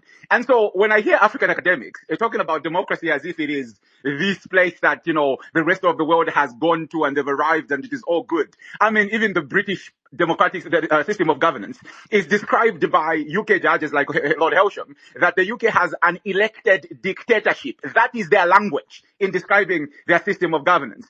And so Africans need to disabuse of themselves of this idea that there is, democracy is a place where the rest of the world, especially the Western world, has gone to and they've arrived. It's silly, it's disappointing, and especially when it is coming from, senior academics. And then the other thing I wanted to point to is we've seen that democracy is not necessary for development. China has demonstrated that very, very well. China is a meritocracy, but at the same time, it has democratic elements, but it is also a tyranny. But legitimacy, because democracy is not done for its own sake. It's an effort to achieve legitimacy. This idea that no government is legitimate unless the people that it governs have consented. Chinese people, or the government of China, finds legitimacy in outcomes. We've had many democratic leaders in Africa who produce evil outcomes, and the people are not happy, and the Western world sometimes keeps them in power simply because they advance the interests of the Western world and not that of their people. And so sometimes even the Western world, they're happy with the Saudi Arabia tyranny. They're happy with the tyranny in London. Excuse me. They are happy with the tyranny in other parts of the world simply because these people are not so concerned with democracy. They are more concerned with people that further their interests. As it has been said over and over, nations don't have permanent friends. They only have permanent interests for the most part. And so the point I'm making in the end is, in the African context, I think all of us need to learn to reject the propaganda that we've been taught through Western institutions of learning and to accept that sometimes if a leader is producing good outcomes for his people and his people are happy with those outcomes, then perhaps he has legitimacy rooted in the fact that he is doing good for his people. And all the evidence I have seen so far in Burkina, the status quo at the moment is far more legitimate than any democratic, puppet or proxy of the Western world that has ever governed that nation. And the other thing is that this guy embodies the pride of our people. I don't know why Africans don't celebrate their own. Right? You are happy to put up with the tyranny in London. You're happy to put up with the tyranny in the United States of America. You're even happy with the tyranny of the French, but unhappy with the tyranny of your own brother at home. That I do not understand. That I fail to understand. And this idea of thinking that somehow this man is less legitimate than people before him that made our people miserable and were only in power because France wanted them in power is patently silly in all honesty. And let me land with the following, because I want to be quick about this. The truth of the matter is, the world has changed. We are seeing America losing to China in a trade war for the first time in maybe close to 100 years, as far as I can tell. We're seeing, the establishment of near centers of power, where the world is more multipolar and all the rest of it. Africa has been given an opportunity for the first time to get away with advancing the interests of Africa without being damaged by, coercion from the Western world. Because in the past, we had to trade with them only. In the past, they were the only ones that, controlled markets. In the past, borrowing was only, something that was done by them. Right now, you can ignore America to a large extent and you still make it. Evidence, look at Russia. Russia's economy is not the biggest economy in the world. Its economy is, last time I checked, about the size of Italy or smaller, actually. And it has done well. It has done reasonably well despite some of the most severe sanctions a nation has been put under. Sorry, am I supposed to land? Yes, 2 minutes. You surpassed your 2 minutes. So all I'm saying is, this opportunity will close at some point. Let's allow our people to experiment with our own systems that are founded in African material circumstances and that take account of the history of our people. We must not pursue democracy for its own sake. We know democracy is preferred by the West because it allows for monopolies from the Western world to export our economies and destroying our local established companies. It allows the Western world to control our countries and our governments because they can leverage their economic power and so forth and so on. Let's allow this young man, about my age, to try for his people. And perhaps we will come up with a system that works and a system we can be proud of. Even if that system is not exactly the same system in America. Because the British system is a tyranny, but it has democratic elements. And I'll summarize this for those of you that are familiar with the British Constitution. The doctrine of the British Constitution is that the King in Parliament can make or unmake any law whatsoever, and nobody in England has the power to set aside an act of Parliament. The basic point I'm making is that the King in England is supreme. Judges in the UK don't even have the power to set aside an act of Parliament. They only have the power to decide its legality, and so forth and so on. It's still a tyranny, and yet we accept it. Let's accept this young man. Thank you so much. Thank you, my brother. Okay, can I go now? Am I audible now? Yes, proceed. After Chikwere, we take Eve. Okay, thank you very much. I've been trying to speak, but Nigeria, our network is so messed up sometimes. So I want to ask a question. This, who actually should tell which government is better or not better? Is it not the people? If the people of Burkina Faso say their government is okay and good for them, why? What is the concern of the West? What is the concern of any other country in Africa about what government is good for the Burkina Faso people? I mean, these people, they say they like the guy, they're okay with him. What is your concern with their president or with their leader? Is America now the world or decide which president is good for the different countries in Africa and the rest of the world? That was how they connived with APC in Nigeria in 2015 to remove Goodluck Jonathan.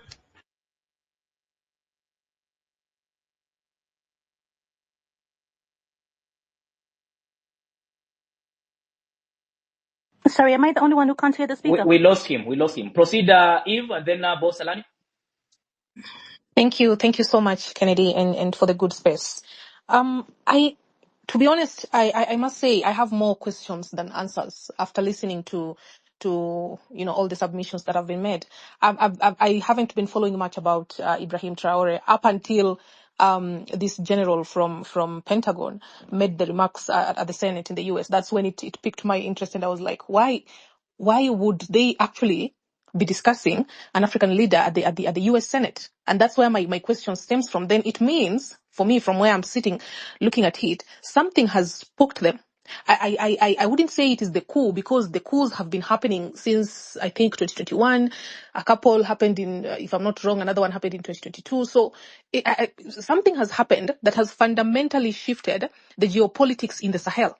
And not just the entire Sahel. I think something has happened in Burkina Faso, which brings me to ask, why? Why is it that now the U.S. Senate, their intelligence services, their CIA, their army, they know that when they take these kind of discussions to the Senate, they're making it public. And for them to do that, they know they would anticipate discussions such as this one that we're having right now.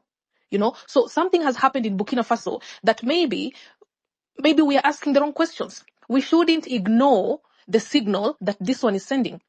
We should not ignore the underlying factors and look at it superficially and say, okay, fine. Ibrahim Traore is an African. He's a Pan-Africanist. We love him. We look at him like the symbol of, young leadership, and he has support of his people. But then, that is fine. I actually subscribe to that. But then what is this conversation telling us? Are we just looking at it superficially, or are we being primed for something that is to come? Or has something actually happened in Burkina Faso that we are not looking at? I've been reading on the reports, and it says, I've seen all the developments that have come under Ibrahim Traore, and it's all good. He's reforming the health sector. He's reforming the education sector, and it is tangible. We can see that. But then in the same report, I think it's an ISS report, it highlights that the Burkina Faso administration does not have control of 40% of the country. 40% of the country, that is significant. So if all these developments are happening, we're imagining then it means that it's happening on the 60% that is under control of Ibrahim Traore. So what's going on the other 40% in Burkina Faso? For me, I think that's what we should be asking. Whether he is what he says or not, if he is working for the people, that is well and good with me. But then let us read between the lines. What are we being told? What is actually not being said that we should be paying attention to? For me, I would look at that 40% that is not under Ibrahim Traore. What is going on in there? I would land at that, Kennedy. Thank you so much. The 40%, the other percentage appears to be under jihadist groups. Okay, 40%, Thank you, but Kennedy. 40%, Thank you. Wandera. The jihadists yes, are concentrated. 40%, yes, 40%. The jihadists are concentrated near the border with the top near Cote d'Ivoire and other places. Mali. It's not 40%, surely. I have been in that place.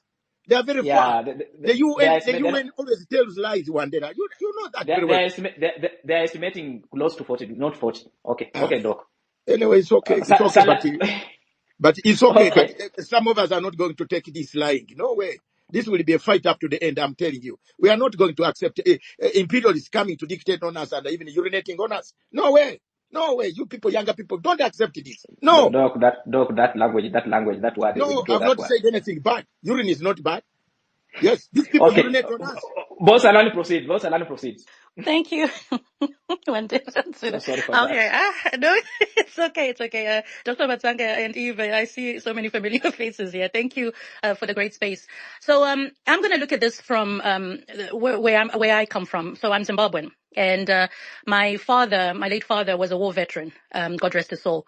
And I've always wondered, as the child of someone who fought in a liberation struggle, what they were fighting for. What did they go to war for? Why did they remove our colonizers? And I've always wanted to understand and to make sure that what they fought to liberate us from, that we don't see a repeat of it. So when I look at Captain Ibrahim Traore, I see humility. I see the people of Burkina Faso having someone who really actually cares about them. It's all about the people of Burkina Faso. And let's not look at that as being selfish. Because when you look at Trump, when you look at all these great leaders of other countries, I mean, Western powers and all that, don't they look after their own country? Don't they look at the interests of their own? So I don't see what he's doing as anything that's selfish. I see it as the right thing to do, because every leader looks after their own. At least they're supposed to. When you make deals or agreements, whether it's the mining contracts, these resources belong to our country. The same thing in my country. Our resources are supposed to be Zimbabwean resources, right? We're supposed to benefit us. But we've seen a growing number of African governments make deals with other countries, whether it's China, America, you name it. And how many of us benefit?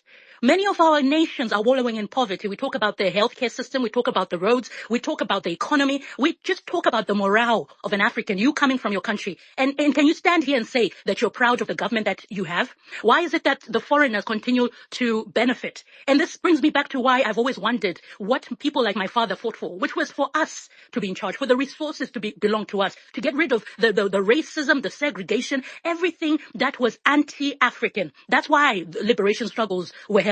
But is this what is happening today? Because even when you look at the army is supposed to defend its citizens, isn't it? But in most instances, you've seen army being used against the citizens of a country. The brutality. That's not something that we want in our countries. But we see a lot of this, and you know the examples. I'm not going to cite them here. I'm sure all of you have seen what's happening in Africa.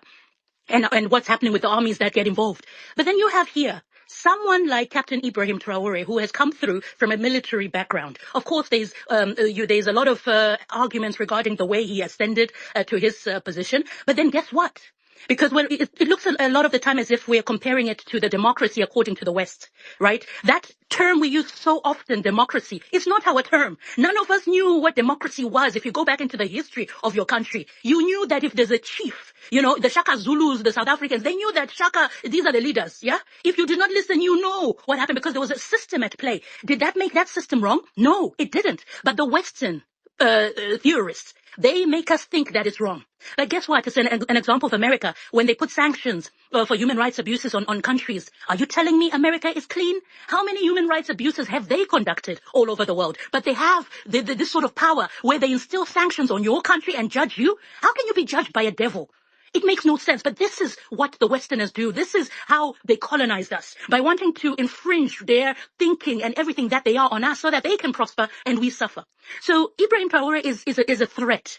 Because as other speakers were saying, you're seeing that even in Namibia, there are changes that are being made. He's not just a threat to just the Westerners. He's also a threat to those African leaders who have sold their souls to the Westerners and do not stand for the African people, for your countrymen. He is a threat to them, because you see all those arguments when we say, why isn't the country working? Why isn't this working? They'll tell you that, there's a problem. Like, they'll make excuses. But you have Ibrahim Traore, who's not making excuses. He's doing it. So this is a thing where we now have something to compare. And whenever you've got something to compare, it is a threat. And there's this word, scripture, which talks about by their fruits you shall know them. Great leaders, by their fruits you shall know them, right? And I've seen a lot of fruits coming through from Burkina Faso. How many of us were talking about Burkina Faso? I feel like before Traore, Burkina Faso was put somewhere in a shelf somewhere. But all of us are watching. All of us see the changes that are happening there. And that's why it's important for us to celebrate his achievements whilst he is still with us. We have a problem as well at times where we want to remember people when it's too late. Let's not do that. Let's support this so that it is my hope that other African leaders will start to see that this is the way things should be done. When you put the resources of your country and into building your infrastructure, into building your hospitals and your roads, the people will rejoice with you. It's not that people hate their countries or they hate their leaders, but we don't like the way they seem to be selfish. Every single time they prosper, they have riches. Look at Ibrahim Traore. He doesn't drive a fancy car. He wears the same uniform all the time. But how many of our presidents do that? They change vehicles every single month as if it's like pocket change. And yet things are not working. People are wallowing in poverty. So when you see that type of individual coming through, when the question says, is he who people say he is a leader. The others are saying, is he a terrorist? Is he this? Listen to the language. You can always tell when it's a Western type of language coming through. They talk about terrorism, don't they? Those are the popular words they want to use when it's coming from the West, because they want to scare us. They want us to not support. They want us to be in fear. But there are times where you look at Ibrahim Traore and you realize that this type of terrorism, if that's what they call it, is something that a lot of countries can benefit from. And it's a message to all the armies to start thinking about their people, because though everything works in your country, you benefit. They're supposed to defend. And that is exactly what Ibrahim Traore is doing. So I am a huge supporter of his. It's so saddening to hear that there have been so many attempts against his life. And I truly hope that God will continue to keep him. And they also have to think, one should also have to think about, even the people of Burkina Faso, there are also devils there. Just like in your countries, you also have devils there. Just because I'm Zimbabwean doesn't mean we don't have devils there. So it's a war between the angels and the devils. And I truly pray that the angels will win and the devils will fall in Jesus' name. Thank you so much, Kennedy. Okay. Can I proceed? Thank you, Salani. This is Ray who? Mihigo. Ray, you are making you are making a lot of. No, I'm sorry. I'm sorry. I'm sorry. I'm sorry about my comments. Proceed. Okay, I'm sorry about my comments because I had a lot of things that made shocked me. That's why I was so eager to talk. And another thing, I'm sorry about my English. I'm not good in English, but I'll try my best. About Ibrahim Traore, I think he is the image of the leader we want in Africa. This guy, with so few means, he's doing a great job. And all African, all the young generation see him as like the new Sankara. But that's not just a propaganda like people said, but if you see what he's doing, leave alone about political issue or security situation in Burkina Faso, but about the life, changing the life of citizen of Burkina Faso. For example, every year he said he will like make between 3,000 and 5,000 kilometers roads in Burkina Faso. Like in Bobojura, sorry, our sister left, Sarah. He's building one of the greatest hospital in West Africa. This without any Western aid. So that's a great achievement that he's doing.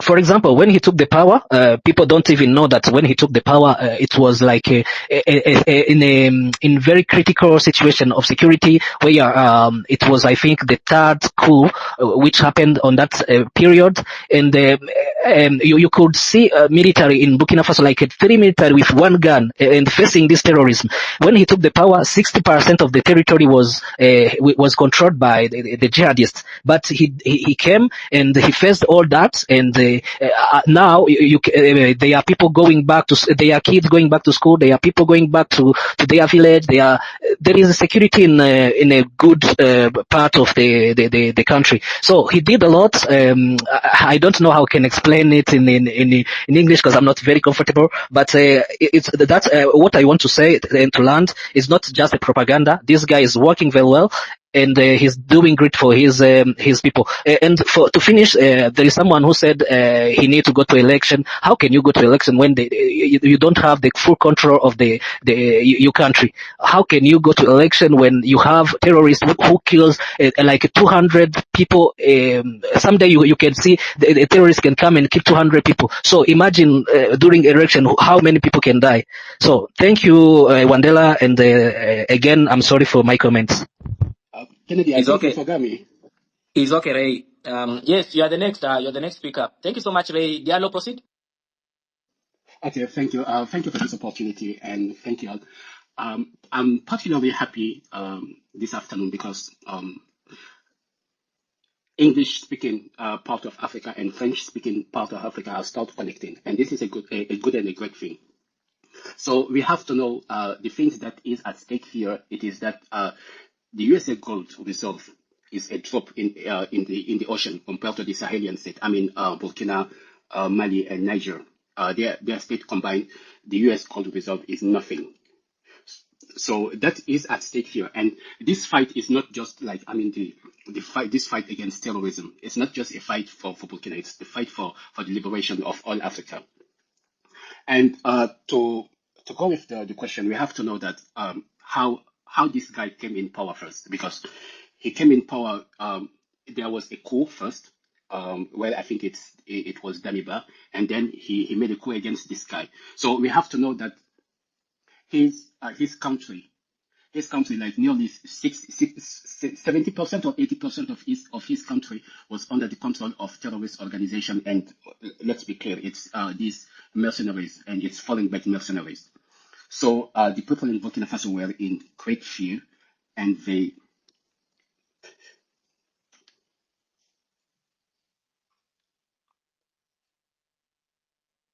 Hello?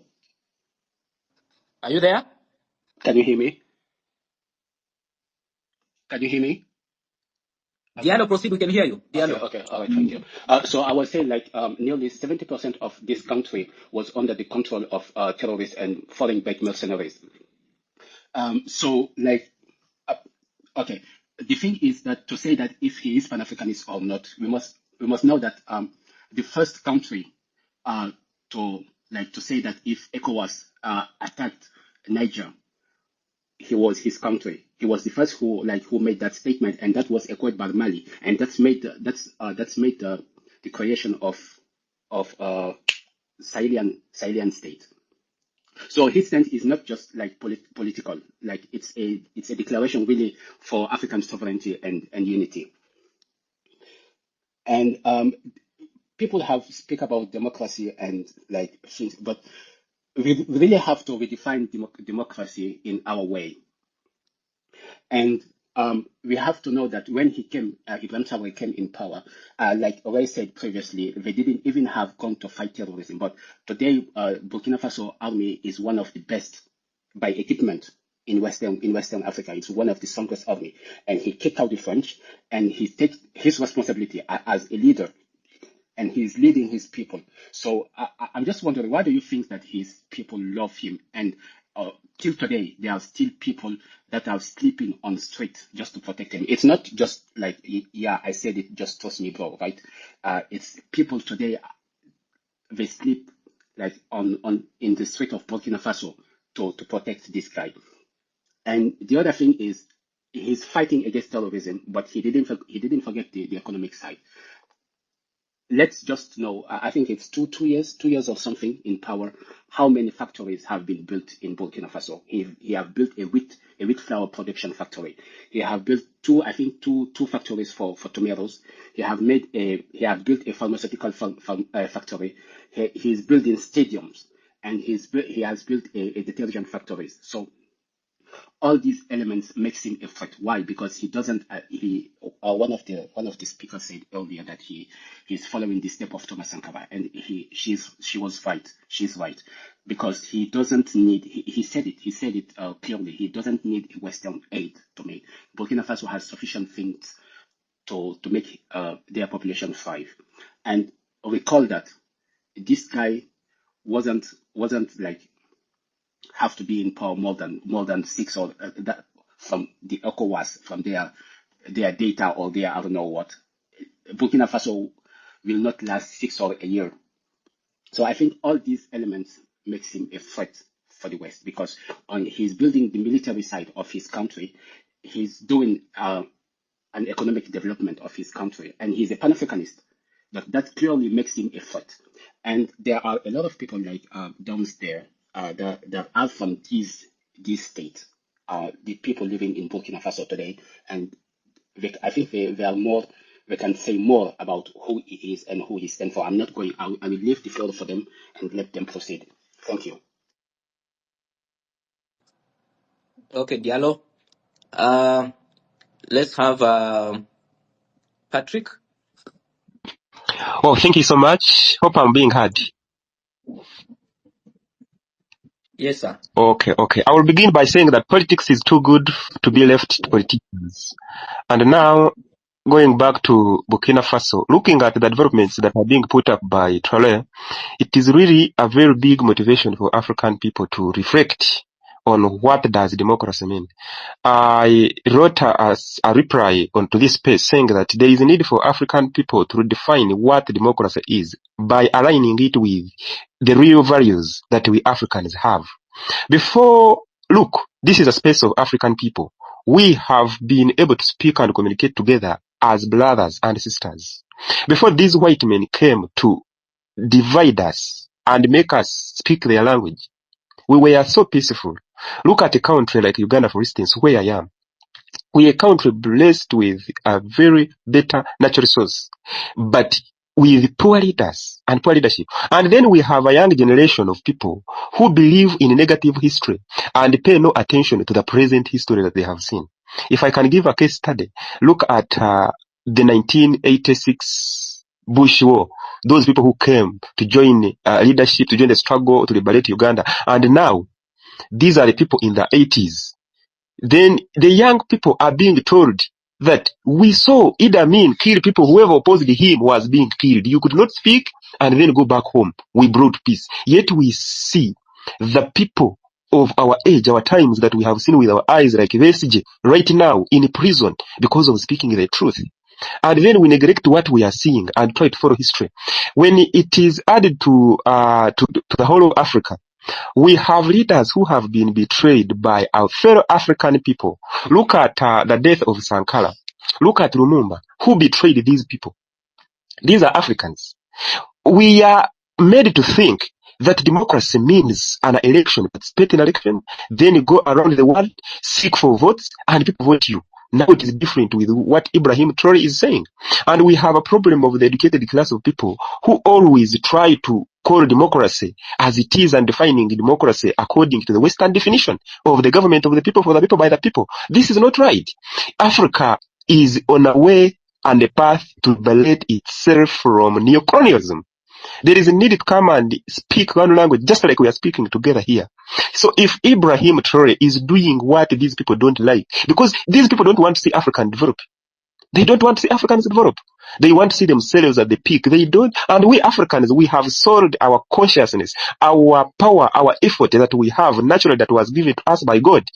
There is a need for us to transform ourselves by first of all loving ourselves. There is no need for me to be a Ugandan and someone is a Zimbabwean and someone is a Ghanaian. Then we cannot speak together and speak the same language. We may not speak the real mother language, but we need to be able to speak of the same things that we deserve to see. Let us think about breaking the status quo. Those people who try to define democracy, someone has to come and contest to look for votes and then be elected to office. That's not what democracy means for Africa. Democracy for Africa should mean we should come back together to our real values. We should have African grass, African trees, act as our medicine. That's what democracy should work for us. So if you see Ibrahim Traore trying to develop the Burkinabe people, it means he is having a heart for Africa. What Africa should go into is a journey to liberate and revolutionize ourselves. There is no other thing that we should be fighting for. As African people, most especially the young people, it is us who hold the future. Today I had a conversation at my workplace with my colleagues when they were telling me about innovation and they are bringing AI. Yes, AI might be good, but I gave him an example that how do you teach a child who doesn't know how to speak? How do you teach that child how to discuss and debate with people if he doesn't know how to speak? We African people, we have not understood the value that we have in our land, that God naturally gave us. If we have not understood how to effectively grow rice by ourselves and put it to world market, how do we then start discussing the issues of technology? If we have not even learned how to do mulching of our gardens, there is a need for us to be able to first understand what do African people believe in, what were our forefathers believed in, how did they develop their nations. Look at those heroes who died. So I don't care what Ibrahim Traore, whether Ibrahim Traore is seen as a bad person. He's the best for Africa, and it is what most countries in Africa need. Thank you so much for giving me this opportunity, and I would share more, but let me give space for other people to contribute. Thank you so much. Thank you so much. Let me bring in, this is Chiku Buike. My brother, the host, my respect to you and to all my fellow Africans, most especially our father here, the man I respect so much. Doctor, my respect to you. First of all, before I proceed, I want to ask each and every one of us. Sorry, I might not be good in speaking English because I'm just a primary 5 dropout, and I'm not shy to say that. It's not all about I may not be educated academically, but that does not know that I do not know that 1 + 1 is 2. So, in case if you don't understand my English, please accept it the way you hear it. First of all, I want to ask each and every one of us here, we Africans, most especially those that are graduate, those that are professors, those that have known what the law is and everything. Have there ever been a time an African or maybe a president or whatsoever in Africa here begin to have interest in any this Western world or decide or try to decide on what happens in their place, or try to negotiate with them about what happens in their place? Why is it that they have to be far away, just like what we are discussing here, far away from France? They want to decide what happens in Burkina Faso. The same way they want to decide what happens, what is in their interest in Africa. Their interest is all about the natural resources that God is giving to us. And they come, they negotiate, they want to negotiate in our head, and they use the criminals, those who could sell their brothers because of that paper called money. They use them to betray those that come to save us. I will give you people an example. I'm a proud Biafran. You all know what is happening in Nigeria. You talk about democracy. America talks democracy, the Western talk democracy, and each and every one of them is looking at what Tinubu is doing. There was not even anything like election. And the the CIA told you openly that Tinubu is their assets. What does that tell you? Now in Biafra land, we watch the Fulanis. They kill our people, they eat their flesh. It's there in the social media. It's not something that is being made up. They are eating human beings in that place called Nigeria, in Biafra land. In Jos, we saw it. It's there in open. These people, the Westerners, they see it. They give the Boko Harams, the bombs, everything they are using to come to fight to kill the indigenous. And you tell me that there is democracy. How do you expect me to understand that? Kennedy, Look at our leader. MNK, what was his crime? Are you telling me that the world did not see it? He's been languishing in jail for more than 5 years, sick. Now they have held our prime minister, the Biafran government in exile, Prime Minister Samoneba. They gave Finland an offer that they will not reject. They are holding him. Now there is massacre everywhere in Nigeria. So what am I trying to tell us, my brothers? It's not all about being politically correct. It's time we have to go back to our ancestors, the way we have our ways of resolving things. There's one thing our sister said here. During the time of the Zulus, when we have kings, when we have heroes, this kind of things doesn't happen. Why is it that anytime we have a good leader who is trying to come up to do something for us, for our brothers and sisters, these people, they will begin to see fault, they will begin to find fault. Can somebody tell me how Burkina Faso was 10 years ago, 5 years ago? How many years has this guy came in? And look at what he's doing. Then now they started talking. Can we ask ourselves, how was Libya when Gaddafi was there? They condemned him. What was Gaddafi's crime? But look at Libya today. Our people died in the Mediterranean Sea. After they control us, they take what belongs to us. They go to their place. Still, we are learning, leaving our continent to go to their place, to be their slave again. Because it is we Africans that are being their slaves everywhere, both in Asia, both in Europe, both in America. Working our asses up, leaving our place. They are using the wrong people to take our territories and decide what happens to us. It is the time we begin to ask questions. It is the time we begin to rise, because these people never want anything good for us. They want us to be slaves forever. And the worst is that they use our own to kill us. And they use our own to make us slaves. Those who know what they should do. It is time we start doing the right thing. Because we Biafrans, we are coming. It is either we get our Biafra or there will never be any peace in Nigeria. They have killed us enough. The same thing they want to do. They want to destroy the good man that God has brought to save Burkina Faso. I yield my I'm an mic for now. I'm not joining in another civil war. I'm sorry.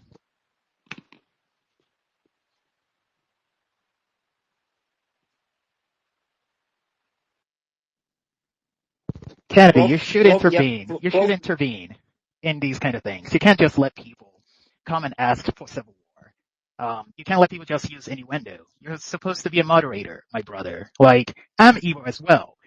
But Fulani people are not eating me. Yes, there's Fulani-inspired terrorism that's taking place, but Fulanis are not eating people. Fulanis are a tribe that are Brother, being it's out exploited. there. I'm not framing it. It's out there. It's there. It's out there. You see it. It's open. I know where When you're you hear coming something, from. ask for, make investigations. Don't say I what know you where don't you're know. coming It's from. out there. They are killing our people. Okay. Chuku, are you able to substantiate what you're saying, or just saying in jest? Come again, It's please. No, Kennedy, Are you hold able on. to substantiate your claims, or you're just saying it in jest? Brother, I'm not saying that, I'm just saying, I'm telling you that they kill people, they murdered people. Even it was out, a young youth of Fulani was eating human flesh, the hands. I'm telling you, it's out there. Where, In when was Nigeria. that? No, no. I'm telling Let's you, in Nigeria is Kennedy, what we know. We When? even showed it on Kennedy, space, on our space. On Kennedy. Biafran space, we Don't, showed it open there. Let's don't. proceed down. Proceed, Tenebru, Anya Beppo. Proceed. Yeah. So I'll go ahead and proceed. Can everyone hear me? Well, Proceed. We can hear you. okay. I was just going to say just to preface, I'm Nigerian. I have lived in Nigeria. I travel around the world a little bit, and I come to visit Nigeria from time to time. I'm Igbo as well. I love Nigerian people and I love African people. I love all people, but the fact of the matter is I'm African, and other Africans, my brothers and sisters, always have a special place in my heart above anybody else. I can't sit and watch a fellow African suffer and not feel extreme pain because I see them. I see myself in every other African. With that being said, just to skip to the primary purpose of this space, I largely agree with everybody. I really hate the fact that we are so stuck on this idea of democracy. In fact, the fact we have this conversation, I almost feel it's part of a plot, a general plot that has been created to steamroll any conversation that comes up about African independence and the independence of African countries, using a method that is not tied to this quote unquote democracy idea of democracy that's been forced on every country by Europeans. We shouldn't be having this conversation. Fuck whatever democracy is. It doesn't fucking matter. Countries in Africa need to focus on getting the right leaders who are going to make them independent and create connections and relationships with other countries that benefit them. If there are people in those positions that are showing themselves to do things in the contrary, and this is a solution, and I know a lot of people are not going to like it, but once somebody said assassinations are going to be brought back in vogue soon enough, and Africans really need to start considering that these type of actions may be the only thing left for us to ensure that random people that are forced onto us as leaders understand that their lives are also forfeit. Even if they are being protected by Westerners. Having these philosophical conversations about democracy and what is democracy and how we form democracy doesn't really matter. Everybody understands what quote unquote democracy is because it embodies what we generally want as human beings, which is the idea to have autonomy over our economic and personal destinies as people and citizens in a country without having things imposed on us that are not common to those regions that we are from. So everybody knows what democracy is. It is an ideal that we all want to achieve. And China is even achieving a lot of that without being a democracy. So let's stop having these conversations about democracy. Ibrahim has come in there. He's not slaughtering people. He's doing the same things and better that the previous leader that was forced on the country was doing. Just because he's existed under the guise of a military rule does not mean that he cannot achieve the same goals. There is absolutely nothing that ties democracy and the success of a country to the idea of democracy. Look at South Korea. South Korea was one of the most violent dictatorships before it became this ideal democracy.